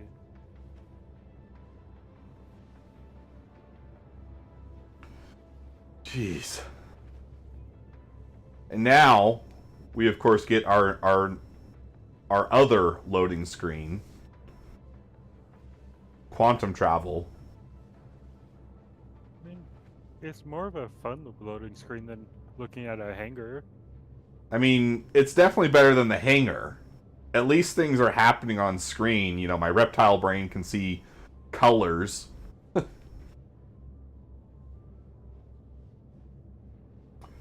But goodness. For eating so much.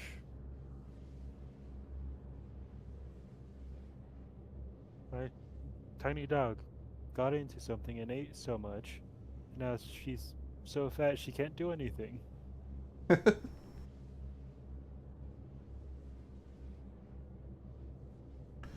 I can sympathize with that a little bit. Though I actually hit 180 on my bench this week. That felt pretty good. Nice. Yep. 180 on the bench, and tried boxing for a cardio session after an hour of weight training. That's a lot more fun than doing the Stairmaster. I can kind of will myself through 30 minutes on a treadmill, because at least you have the little screen you can watch, and they usually have like some movies you can watch in front of you too. But they have the Stairmasters placed farther away from the TVs, and there's no interactivity with like a screen in front of you. I mean, I guess it'd be kind of hard to just have an endless stairway to watch, but A no. stairway to heaven. Yeah. But at least, like, on the treadmill, you know, you can be, like, walking through Costa Rica. But on the Stairmaster, nah, it's just... You just gotta raw dog it the whole way. But yeah, that one's rough. I can kind of do the treadmill, but boxing is a lot more fun. So... I'm glad I get to mix that in going forward. I'm like tired now, and all I did was wait for the hangar to open. I mean, it's been a crazy week, hasn't it? Yeah. Did you know that the French government collapsed too? Again? Yeah. Like Macron and all his folks, they're all out. I don't know all the details. I mean, you know, it's France. Doesn't matter as much as the U.S. So who really pays attention? But yeah, like the French government collapsed. And, you know, the last time that happened, they invented a guillotine. So they kind of take things a little too far. Wonder what they're going to come up with this time. Wireless guillotine. Bluetooth guillotine. Yeah. They can just guillotine anyone they want. But it's like a remote thing. You know, like, we're just going to guillotine Wills right now. Boop. By the way, they made a catch-up mission for Resource Drive, Large Delivery Recovery. The large ship to recover now has the Caterpillar or C2 fully loaded, so 500-ish SCU per drop-off. No, Oh. it's not a C2. It's an M2, so it's about 400. Okay. 400, 300. But it used to be like 120. So that's like 3 times what it is, Yeah. or what it was. But it's a bit painful to get all the boxes out, at least with an Atlas. But I mean, Because you know how... Yeah. it's better than doing runs of 120. I mean, but you can't deposit all the boxes into a Polaris. Because, like, it's not the actual mission, the resource drive material. You just turn in the mission and you get the rewards.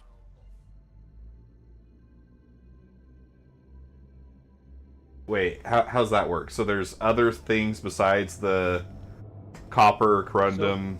The actual mission, it feels like it's bugged, and it's just giving you an M2 in the wild or a Caterpillar in the wild would give you if it were fully loaded.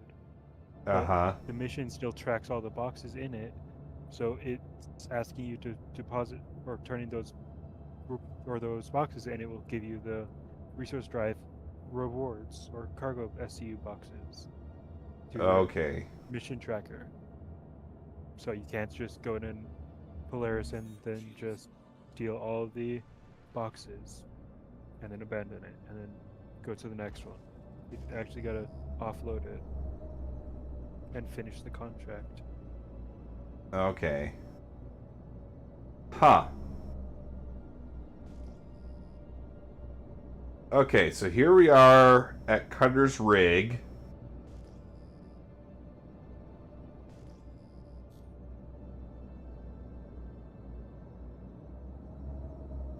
Visibility kind of sucks. It's raining right now. And it's dark.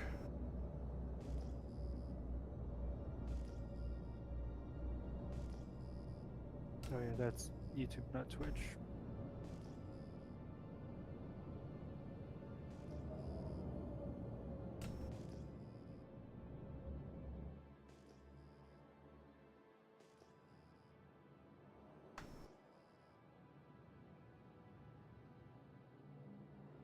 Okay, so my guess is Clue is up here, right?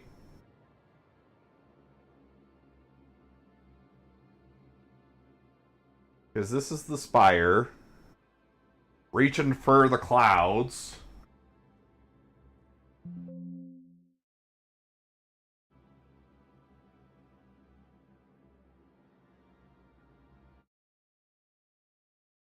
Alright. What did it say? Oh, did I close that one? Shoot.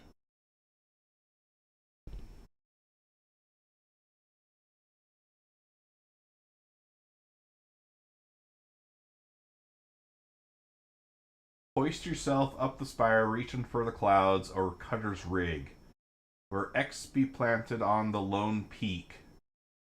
Let ol' Odal guide ye to the 6 ye seek. 6.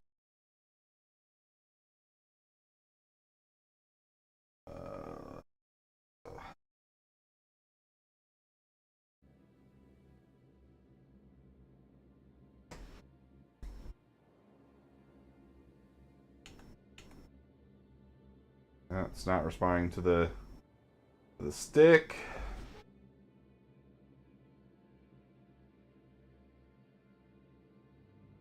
Is your vehicle not moving at all? Um, I hit Z and that fixed it. That No. Yeah, sometimes right shift gets triggered somehow, and that completely locks everything up entirely.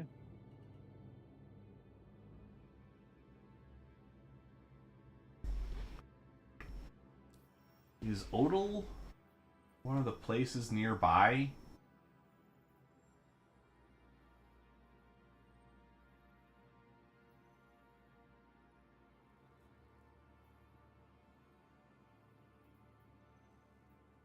I mean, there's 6 points over here.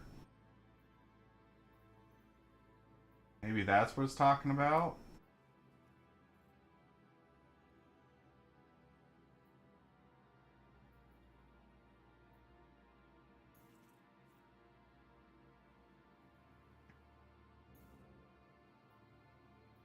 I wish it wasn't just zooming in on my ship. That's kind of annoying right now.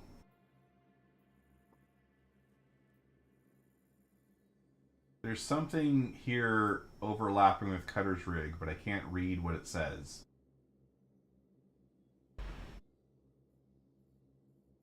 You might be able to click again, and it might trigger go to the next one. Weeping Cove. Okay, yeah. Okay, good.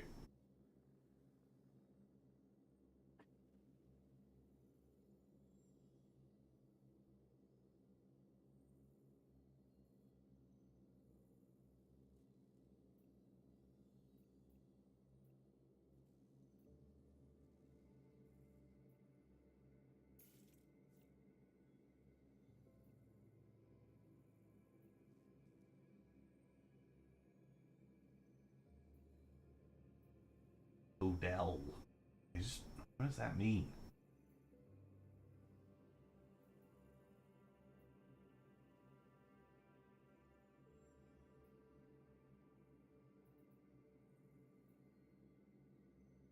I also wish it was daytime here, because that would make things a little easier. But I feel like I gotta land and climb the spire and see what's up there, if anything. So let's pop out the landing gear. Aren't there pads here? Yeah, over here.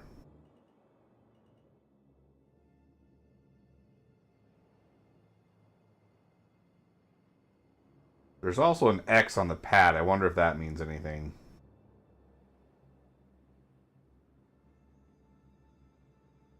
I've never been to that location. Land a little better.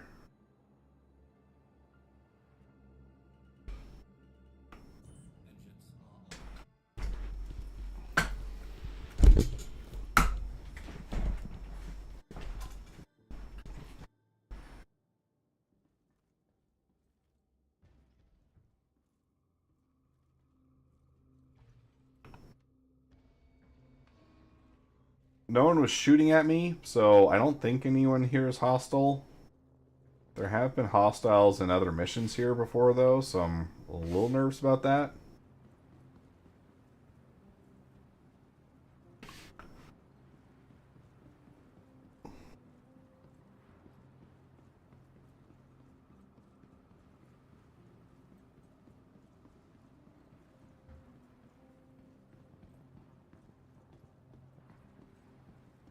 We're all cool, right, guys? Nobody needs to start shooting at me.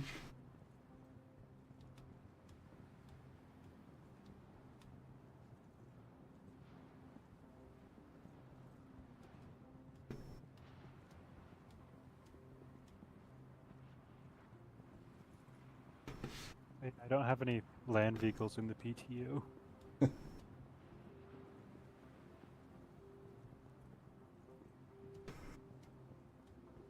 A lot of stairs.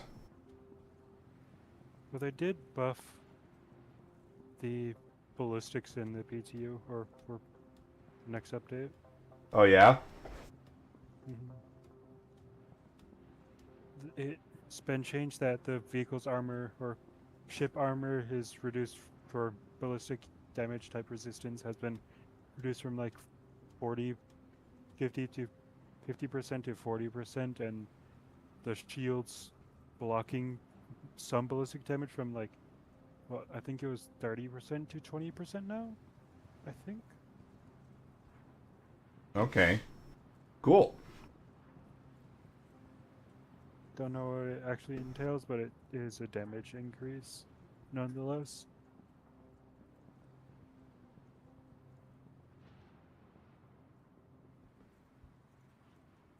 Okay. I'm up here.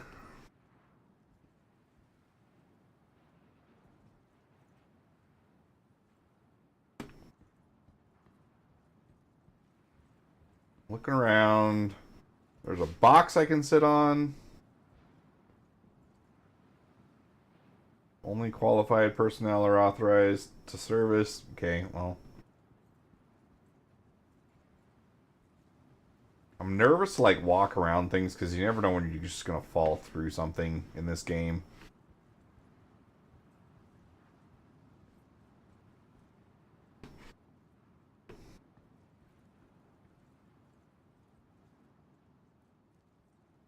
This doesn't seem to be interactable.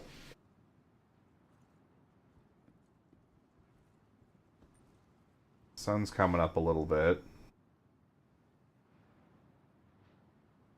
I'm gonna pull it up on my phone so I don't have to keep tab switching.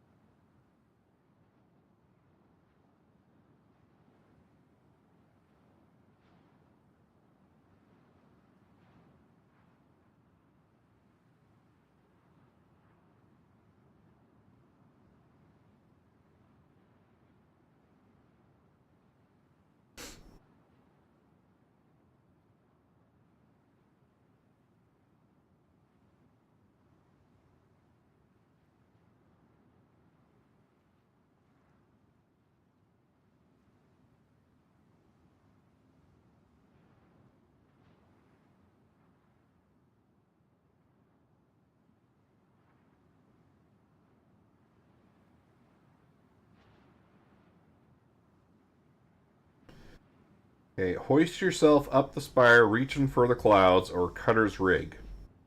Where X be planted on the lone peak. Let ol' Odell guide ye to the 6 ye seek.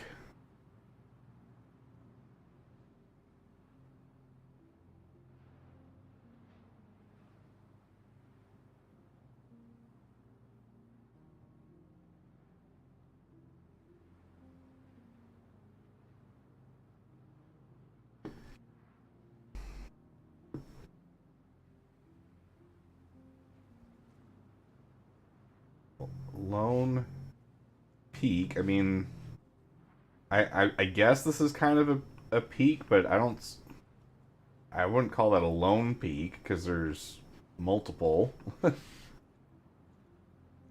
There is a island over there that I can see now that it's a little lighter.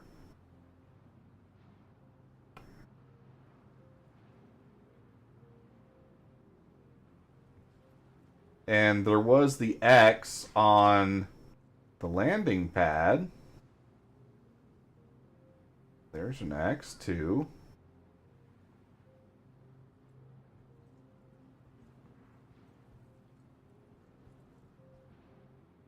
So, maybe there's something over by the landing pad? Or if I go in that direction towards that island?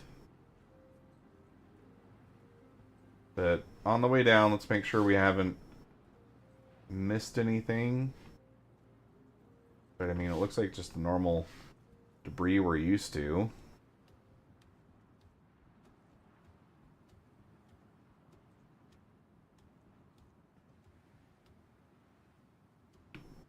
Come on, let me off. Oh my gosh. It's not letting me. Oh, okay. There we go. Oh, it's because you're standing in the way, you jerk.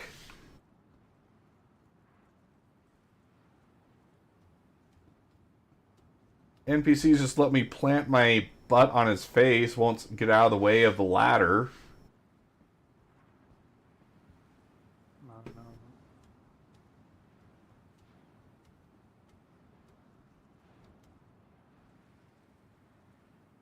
Man, I can't wait for ladders to work consistently in this game. I think in the PTU it is updated. I think. Yeah, because that was one of the things that's supposed to be added soon, right? Yeah. It was shown that it proved to work in the test build, I think it was. It was supposed to come out this 4.3 patch, but was put off to the 4.31.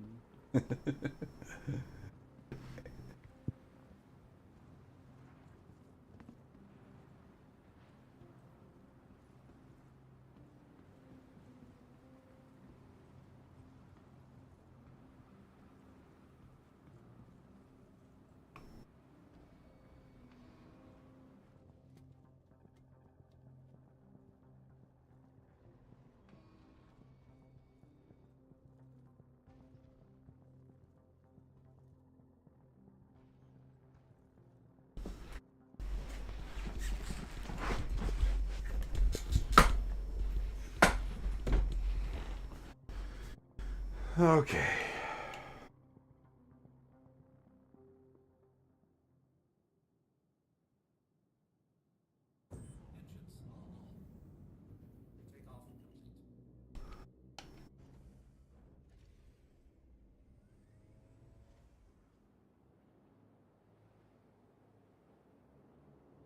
So see, there's NX. Here's the island. Nope, not that one. Over here, actually, is the island that it was pointing to. I don't see squat here, though.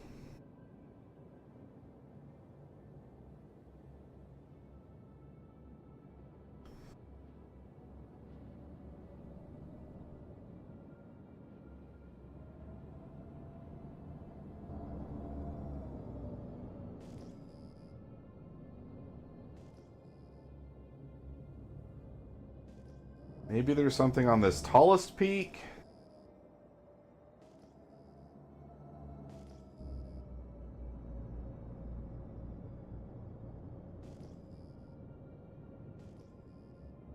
Oh, there is a spire here.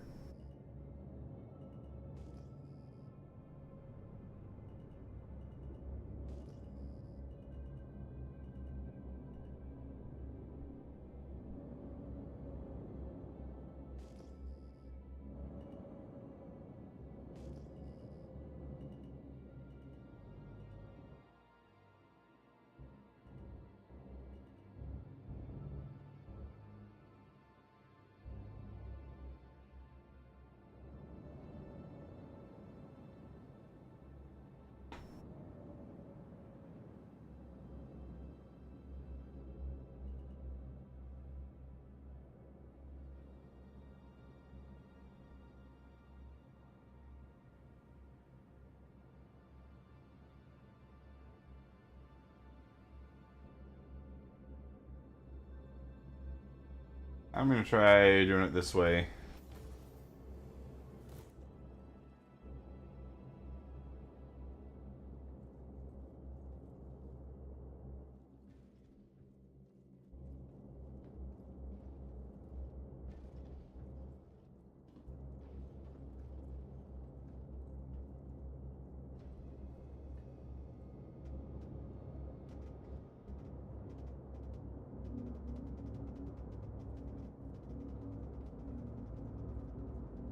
Okay, that doesn't look good.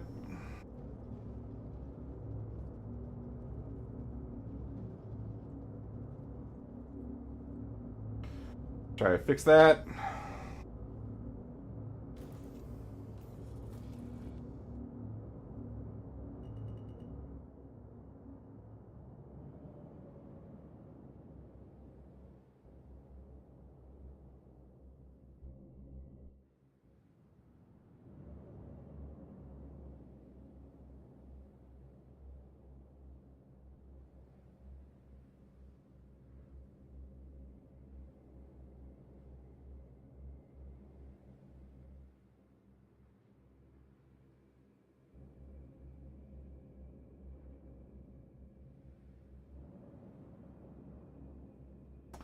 Man, this is too risky. I should not be doing that.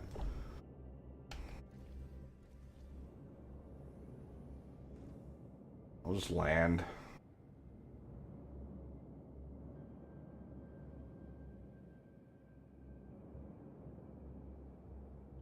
Not a skilled enough pilot to do that. Well, I just don't think it's gonna work that well.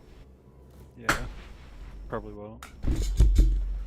Speaking truthfully, when you do it, the ship will probably fly up a few meters too high for you to get back into the ship.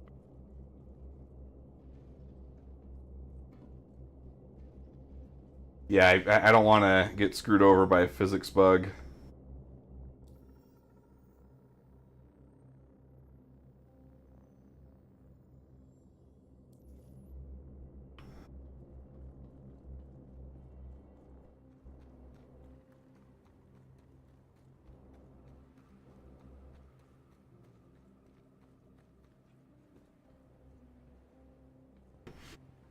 Okay, this does overlook Cutter's rig, right? So could that fit the definition, what we were reading?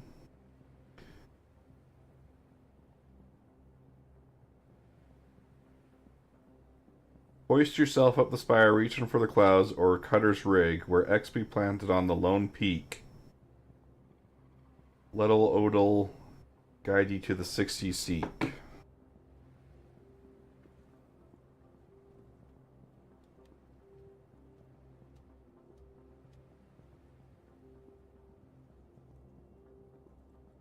That is a unnecessarily bright light.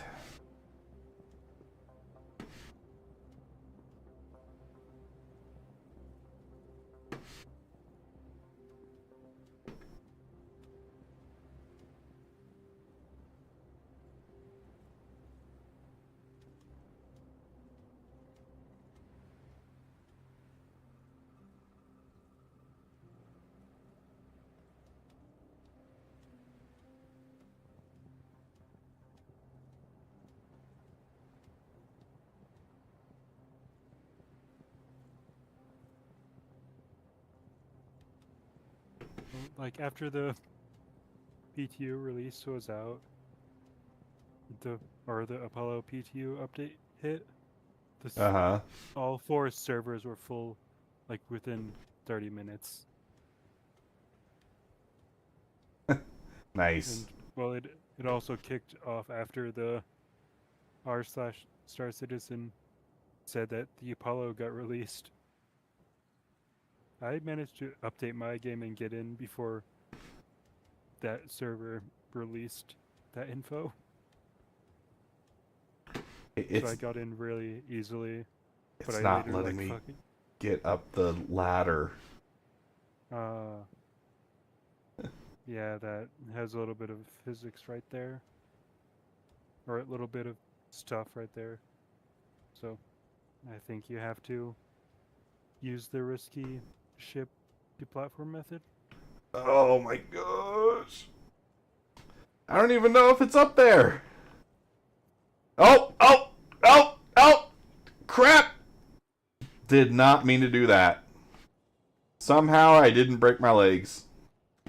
How did you not die? I don't know, man. I just saw you do that and I'm like, you're lucky you bounced. Yeah. You gotta hit those physics grids on the way down, man. What can I say? I'm a pro. I genuinely have no idea how you actually managed to hit that in such a perfect way that you just avoided death. Well, when you're a pro gamer like me, you do some incredible things. Some people say I'm the best gamer. I would never say that about myself. Something like that, right? I thought you were going for a South Park, and then next thing I know, oh, I know what. You're trying to imitate. My throat's a bit sore, so it's not perfect for sure. I'll blame it on that. I've shown on the channel I can do a better impression.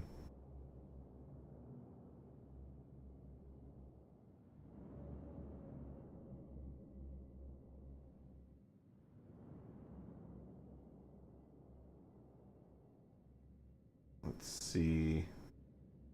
I think the move here to give myself a way back on is to try to position the ladder where I can just activate the button.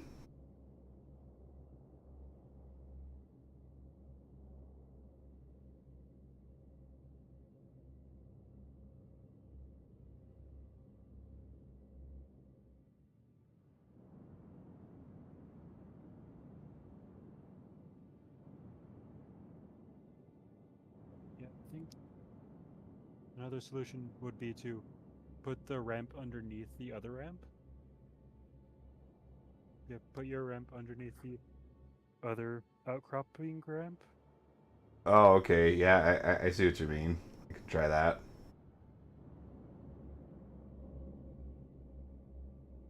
It's hard to get these things lined up in 3D space. Yeah. But as you also get used to the ship's dimensions, you get used to that too.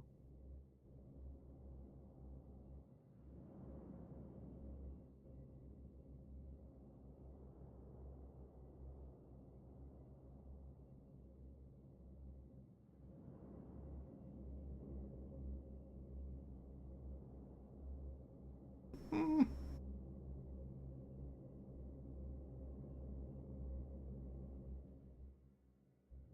I think that is about as good as it gets.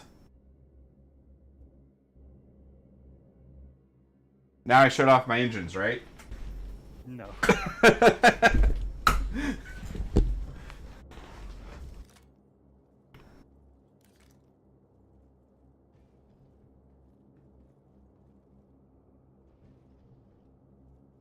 I don't think I could ever find myself using the Zeus.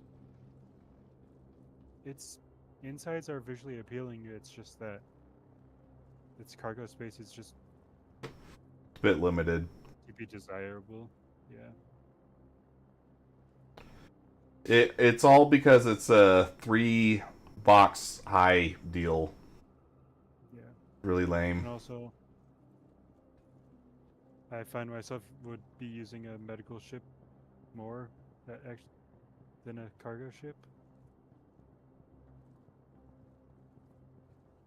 Or a combat orientated ship. Yeah.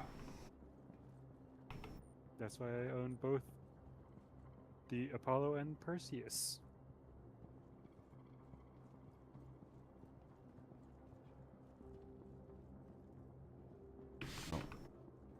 Need to close that yet. I'm still too close.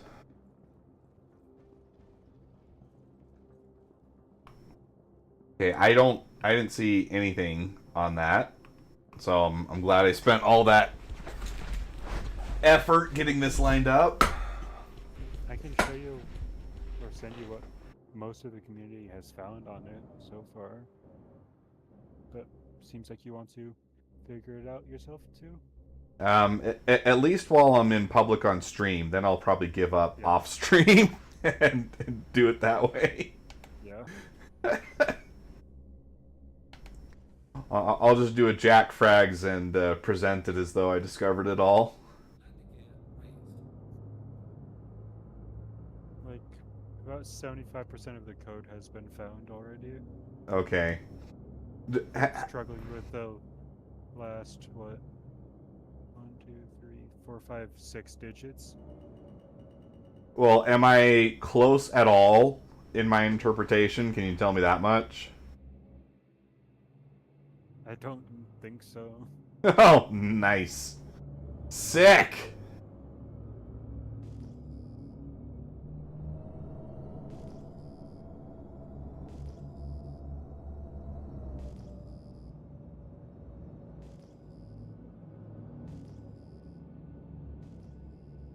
Well, I have no idea what an Odell is.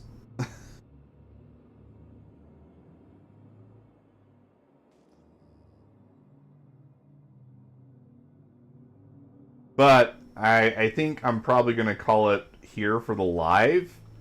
And I'll pop into the PTU to check out this Apollo. And we'll probably call it good after that. Well, I got disconnected. The Uh-oh. PTU for being inactive too long, a tad bit. Oh no!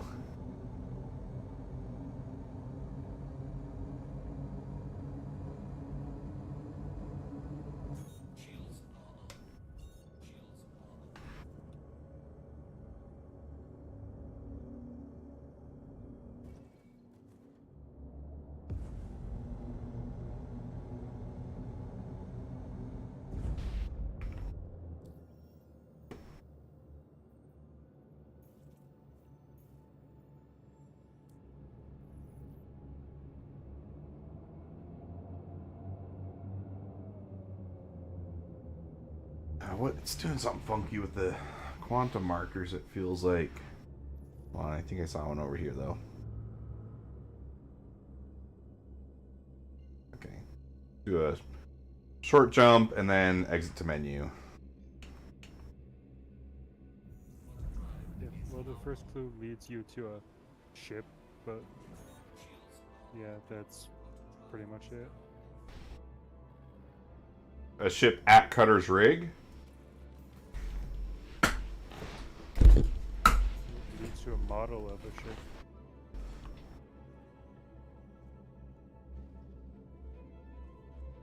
That's all that's said in the Reddit post. Okay. It says the exact name, but not gonna say the exact name yet, because you didn't want the exact name. Fair enough. Do you like that animation of climbing into the top bed for that Zeus? Yeah, I think the Zeus wins on style points. It's just cargo really kind of sucks because it's a 3-box high thing. Yeah, not a lot you can get with 3-box high stuff. Well, I mean, like, it has 128 SCU space, right? But it's a pain in the butt to deal with.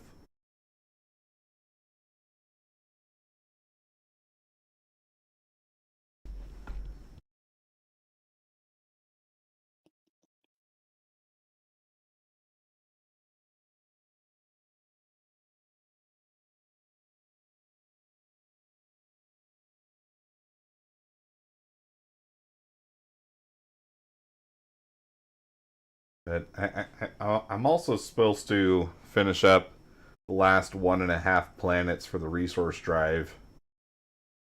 Mm. I am I losing got the my will. Crusader.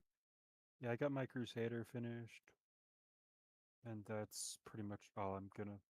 Or I got my Crusader and Harrison finished, and that's really all I'm gonna do. Really, don't really find the will or need to finish the other two, because only really wanted the darker skin for the Connie, and Yeah. the blue skin for the Connie. Let's see. Darker skin for the A2 or C2, whatever. Yeah, where should I set spawn to get to you fastest? I'm at Orison now. Okay. It's making me join, and then I'll exit and join on you. Or join, exit, send me a friend request, then join on me. Are we not friends? No, this is a new copied PTU Oh, file. okay. Didn't realize that caused problems. Yeah, it just deletes anything and everything.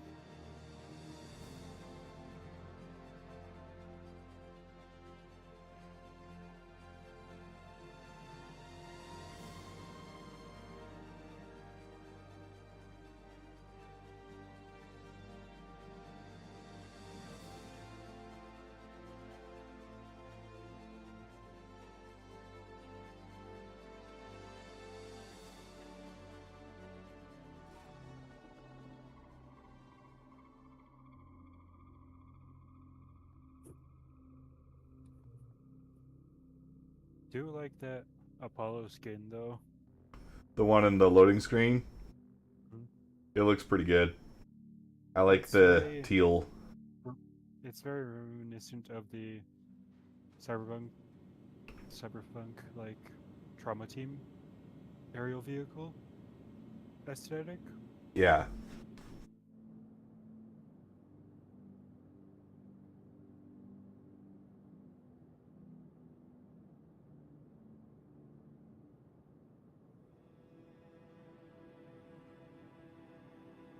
Love how your stream just loads and finally, and then it just immediately just exiting to menu. Yep.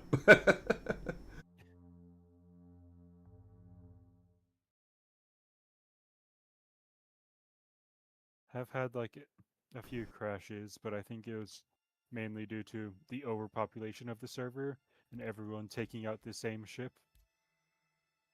Let's see. What are you in game? Is it? It's still just Wills. Yeah. The same funky letters though. All right. Sent you a friend request. I've got it.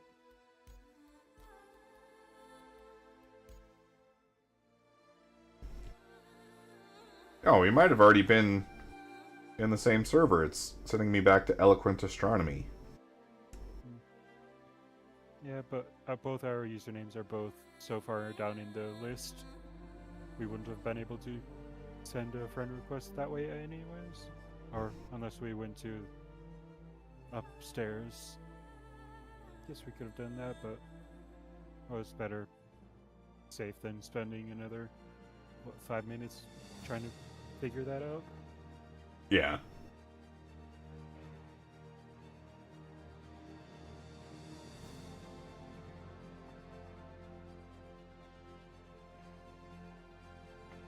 Man, they're really just going to get every RSI ship out before they touch the galaxy, aren't they? I What- heard people in the PT were talking about, oh, the Galaxy's gonna have a tier 1 meta bid. No, it won't. Even though the module says it's got a tier 1 med bed, it'll get downgraded to tier 2 because it's not a dedicated medical ship. I don't think they could get away with that, though. I think it's going to have a tier 1.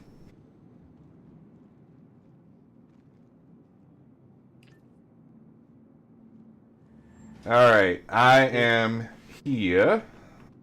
They've stated that anything that's not a dedicated med ship will not have a tier 1 medical bed.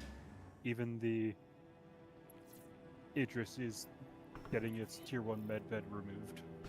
Yeah, but couldn't you make the argument that putting the medical module on the Galaxy makes it a dedicated Yeah. dedicated med bed, Potentially. med ship? Potentially, but we'll have to wait for its actual release. Okay, that's way too low.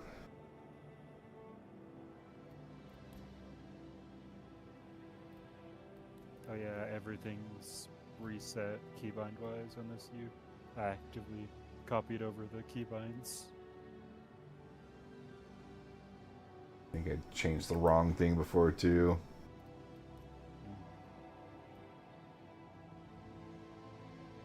Little more. I always run my DPI higher, and then I lower the sensitivity, because that's supposed to give you a more consistent aim.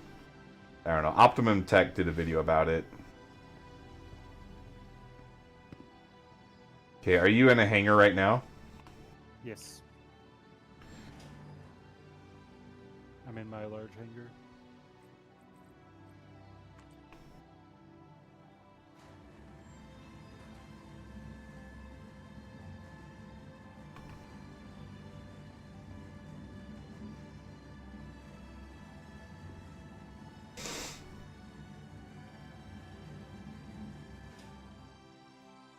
Alright, here we are in the PTU. We got Wills giving us a tour of the brand new Apollo. That's not an Apollo, Wills.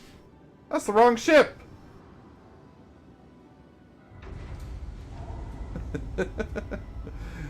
Let's hit F12, hide chat. They don't say anything helpful anyways. I thought you wanted to see the Apollo coming up. I do. I was just surprised to see a hammerhead here. That's clearly my Perseus. What do you mean? Yeah, you got the sneak preview.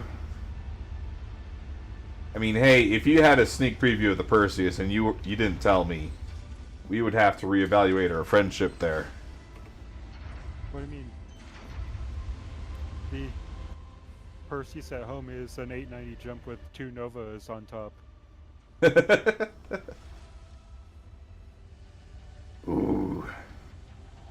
There it is. The musical cue right now on stream is pretty good too. It's playing that nice triumphant Crusader music. I turned my sound or my music off to be able to listen to the ship sounds. Alright,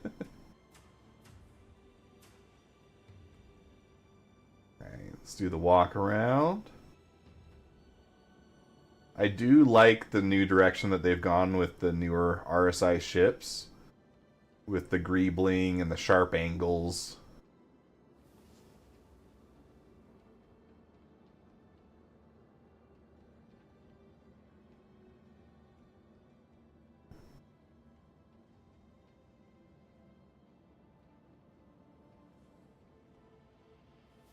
I guess we'll have to see if the cockpit is obstructed. It does have pillars, but it looks like the middle is pretty clean. Looks like there's some glass there. That might just be to give the illusion of some instrumentation. Switch into fourth person. Or did I say fourth person? I meant third person if I did. Do a walk around at the We top. went into the 4th POV.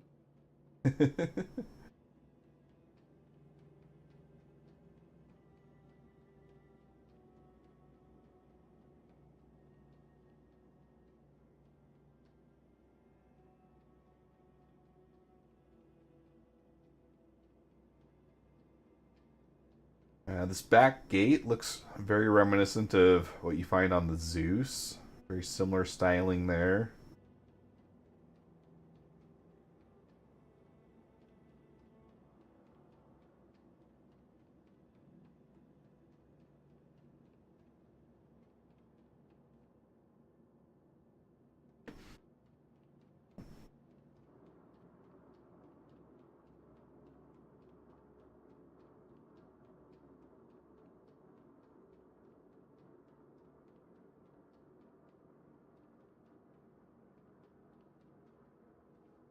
See if we can get a little higher. Got a turret with some ballistic Gatlings on top.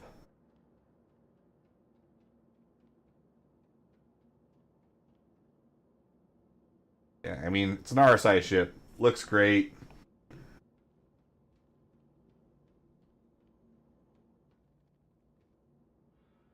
Kids these days don't know what it's like to try and figure out how to open a ship without all these markers.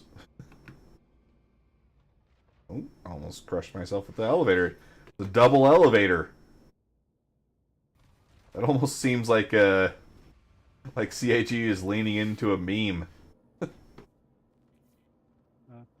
Would have recommended going to the back, but it's fine. Oh, I didn't realize this would take you right into the bridge. That's pretty nice, actually. So you got... Looks like the bridge is kind of a combined living space for the medical crew. You got your table, your beds, little food prep area.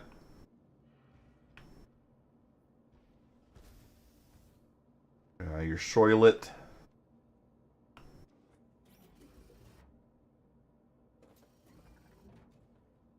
Right? Let's see. Where's the shower? Okay, there is a shower. It says shower, but I don't see a button to activate it. Maybe it's just integrated there. Okay, nice little waterfall action.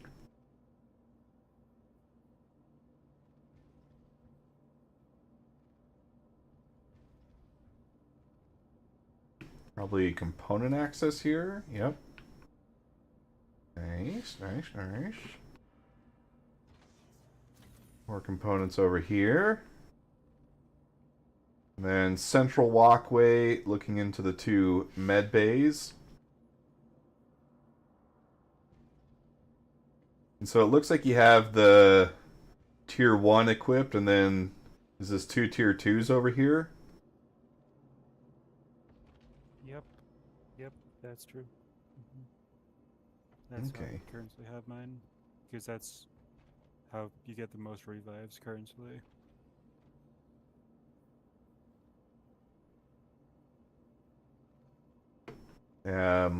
Sink for washing your hands.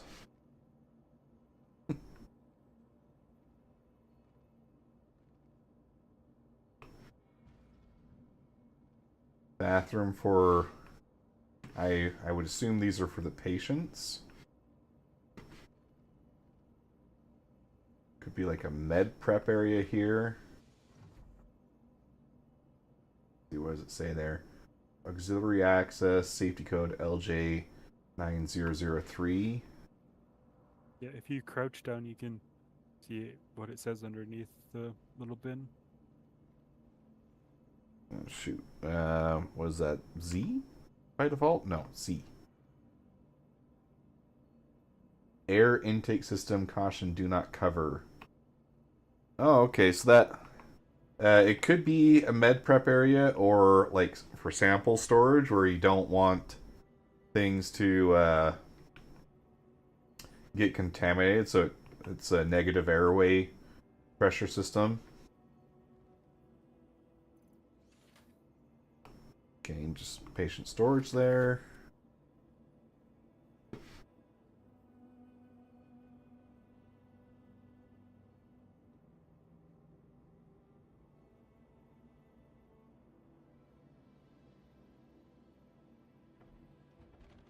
Door closed just as I was getting to it. Cool, cool. Very Then- fair citizen of the game to do. Yeah, right. Another patient storage, same kind of preparation area. Oh, it says medical refrigerator right there on the front. Duh. Okay, so I was right. Medication storage. Cool. Look at that. I know my stuff. Kind Another- of sad that they don't have the same thing that the C8R has in the little medical refrigerator. No med pens of every type Oh, yeah. Nope. You gotta and no food. get the Apollo DLC. This is the Apollo DLC. It's the upgraded triage. No. You don't understand. They're gonna sell you a MedPen DLC, and then you can have MedPens.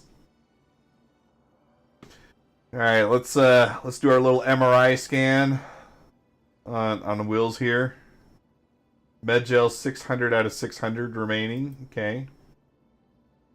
I wish I could shove you in that container. Oh, I know a way to shove you in the container. I need a gun though. Oh no! I wanted to put you in the container. Oh, you gotta do it quick, dude. You got 15 seconds. You did too much damage there. You gotta be more careful.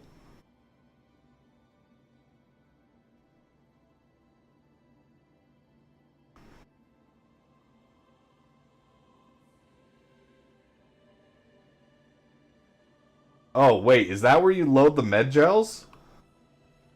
I think it might be, but I think that there's a different storage entirely. Oh, you're just putting them up there. Okay. I have a feeling that it's supposed to be this, but there's no prompt over there. Okay.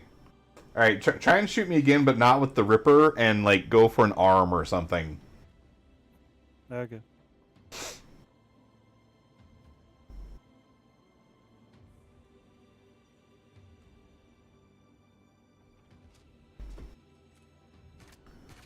Okay, alright, that's good, that's good!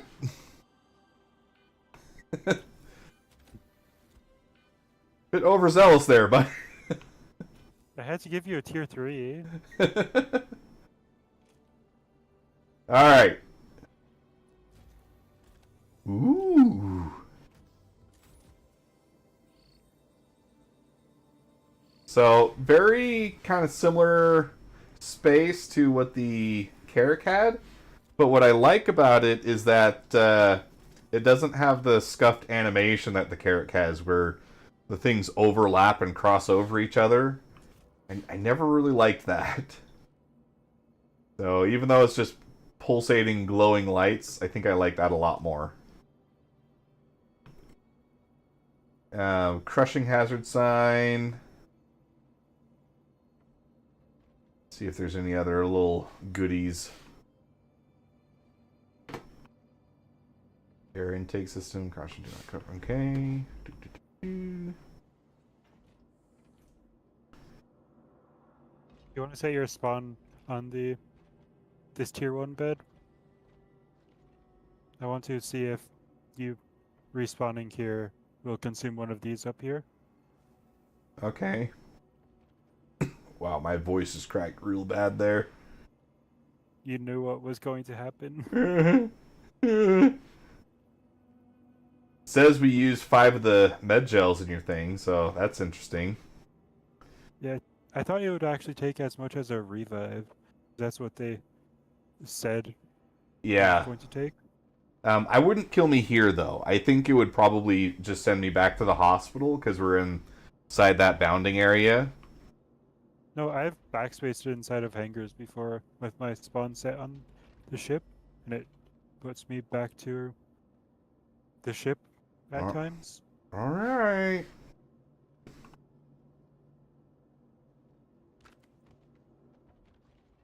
Says time until rescue, 15 seconds. Oh, jeez.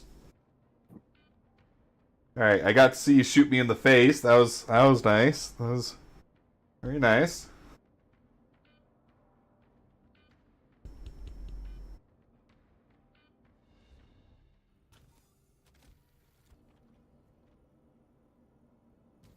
Alright. Hello again. Dormammu, I've come to bargain. Keep running into each other like this. 495 out of 600. So that just didn't take anything then.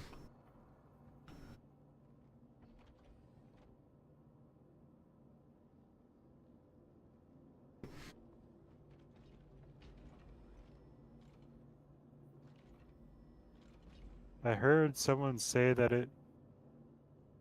you need to put it in through the wall in here, I guess? Huh. Not getting any interaction prompts on any of these things. There's some cargo storage there. Some suit and weapon storage. They would probably call it tool storage in this case. I mean, there is these things here, but it looks like that's just showing a static panel. It doesn't look like it does anything.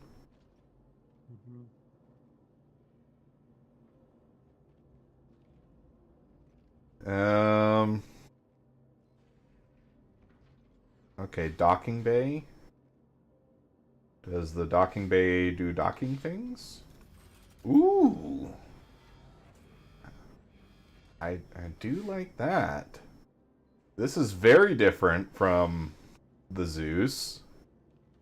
Definitely no way you're squeezing a vehicle into there, but I guess that might be the point. But it is kind of interesting because I do have cargo storage up here. Be kind of a nightmare to get boxes to it, though. So, kind of interesting.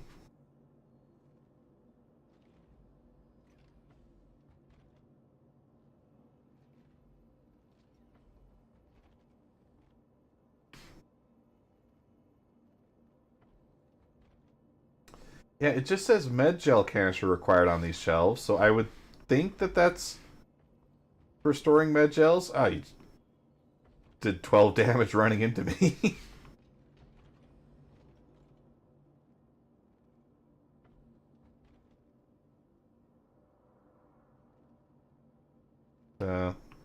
Grab one of these, take a look at them.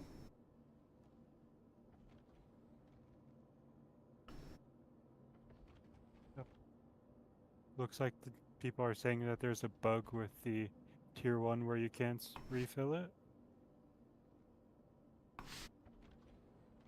Oh, so you can only do it in these ones over here? Yeah, it seems like only the tier 2s and 3s can get refilled at the moment.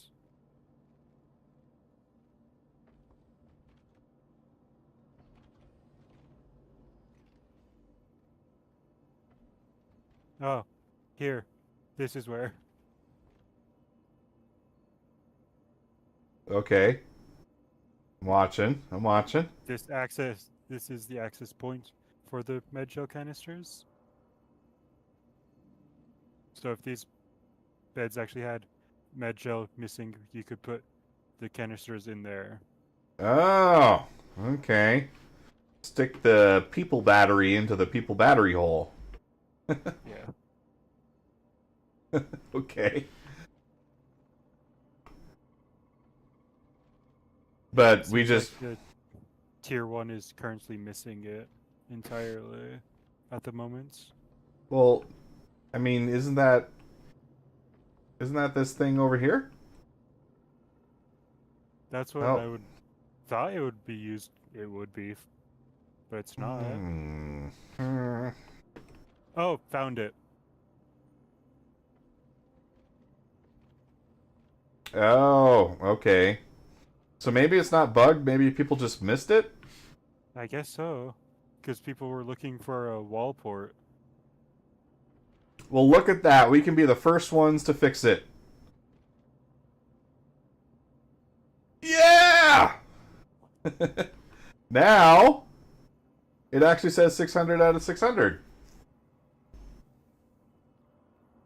So, there you go. Not bugged. People just missed it. That's funny. All right, cool. Well, live beta testing. Look at that. Well, this ship is neat. I need to hear the sounds, though. So, let's take her for a spin, eh? Yeah. I do like the skylight. That's a nice little touch. It's always impressive how little windows they like to give you in this game. Oh, I don't have my joystick set up for this one. Do you want to just fly? And Sure.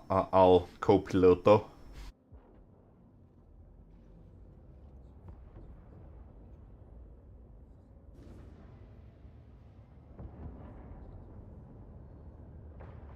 Oh, I didn't realize you could fly from that seat. If I enter the pilot seat, is it going to screw you up? It will give you the controls, yeah. Okay, yeah, alright. Let me just get out of the hangar before I get out of the seat.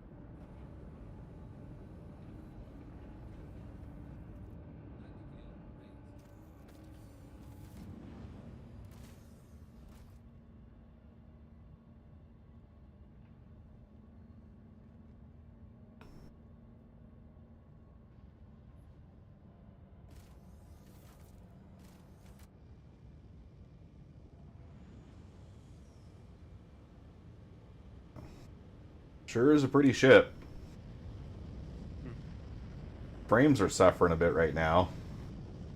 But we are also in Orison currently. Yeah. Ooh. Yeah, those engines sound snappy. I like that.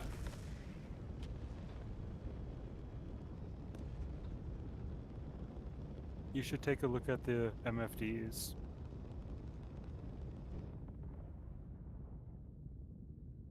Ooh. Very nice.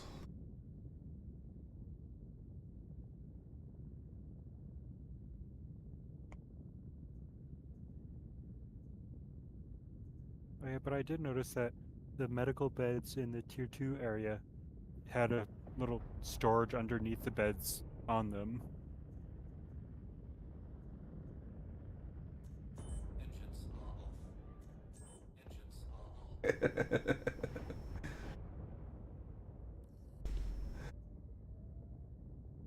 They really should do some more management about who's allowed to turn things on and off.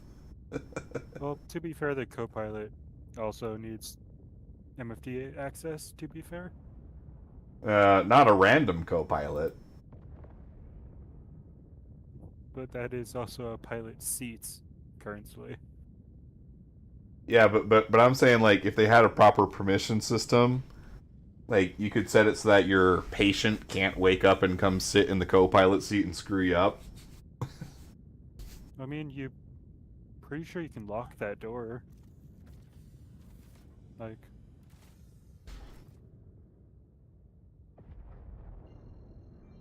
yeah, you can lock this door. Oh, okay. Well, they still need a So, like, permission prevent- system. Come on. Yeah, the pilot area is now locked. Or the... Yeah.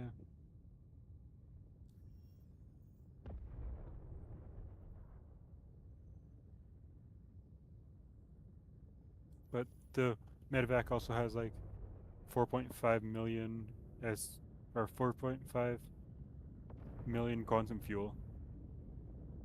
Which, I mean, makes sense, right? You want it to be able to reach you wherever you're at. Mm-hmm. It can get you from Orison to Pyro 4, and only use like about half of its quantum fuel. Nice. Dude, I'm just thinking, like, how wild would it be to have Castra in game, and Nyx and Pyro and Stanton all together? Mm-hmm. I just really hope that people actually start sending med beacons. Yeah. Well, they talked about that in the last Star Citizen Live. So, And supposedly med beacons are currently enabled, but like nobody's sending them out because no one used to just sending out med beacons anymore. Because everyone's just so used to just backspacing and then collecting their old body. yeah. So let's see. As co-pilot, do I have access to that turret somewhere? Yeah, there is a enter remote turret button on the left console. I'm looking for it. Exit, emergency exterior lights. Like, I see where it says presumably turret. It's on in the top middle row. Yeah, it's just not letting me click it.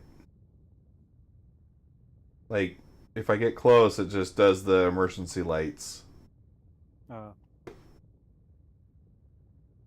That's a bit weird.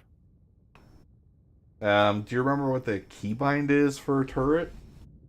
There's none set up by default. Ah.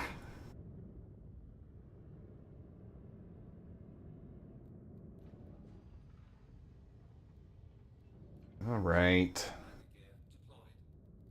Well, hold up. I will figure this out. I want to do the shooty thing. I'm doing great, Jerry. How you doing? We're checking out the Apollo right now.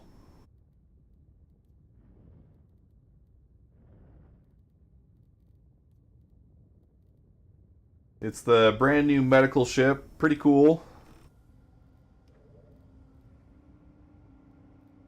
I'm just trying to figure out how to set a... Okay. If you give me 1 second, I can navigate to the button thing. Or the keybinder actual thing. Advanced customization. Display. Yeah, I can do exit remote turret. Vehicles, weapons.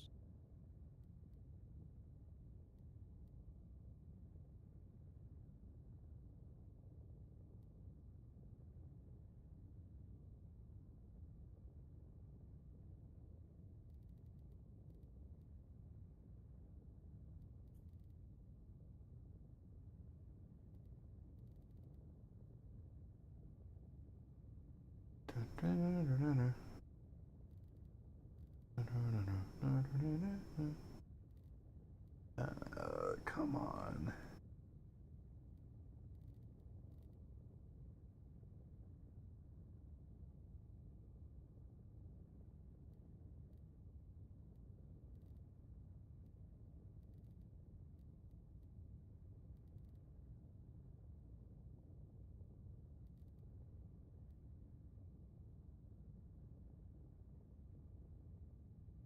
Next remote turret and previous remote turret are DNA, but I don't think that's gonna do anything if I'm just in the seat.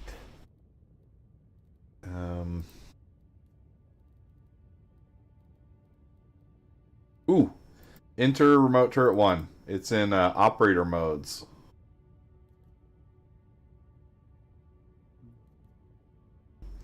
Set that to...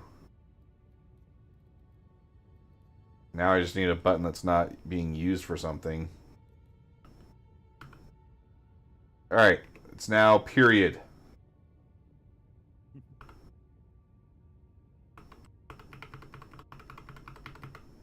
Okay, that didn't work. Dang it.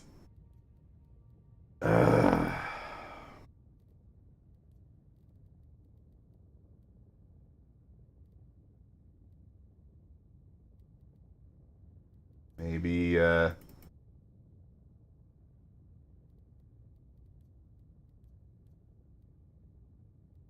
maybe if I do enter remote turret 2.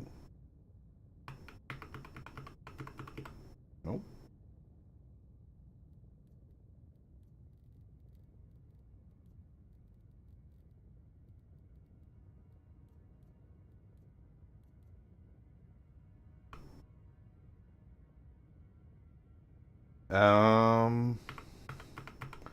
Okay, 3 doesn't do it either. I mean, I would think it would be 1, but just checking all the things.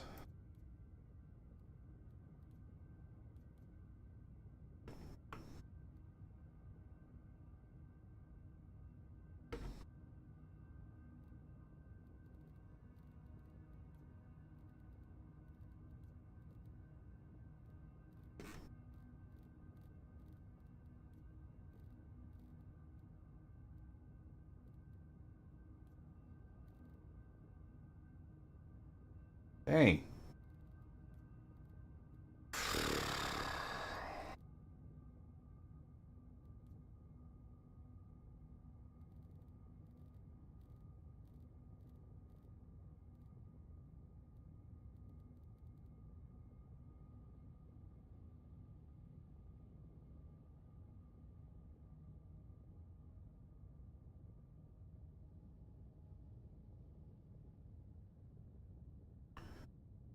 Yeah, it's really only giving me access to some of the buttons.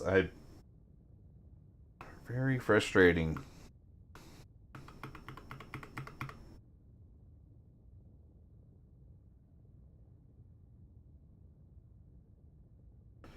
Oh well. Well, it's a cool ship nonetheless. Just can't seem to figure out how to get the turret to work.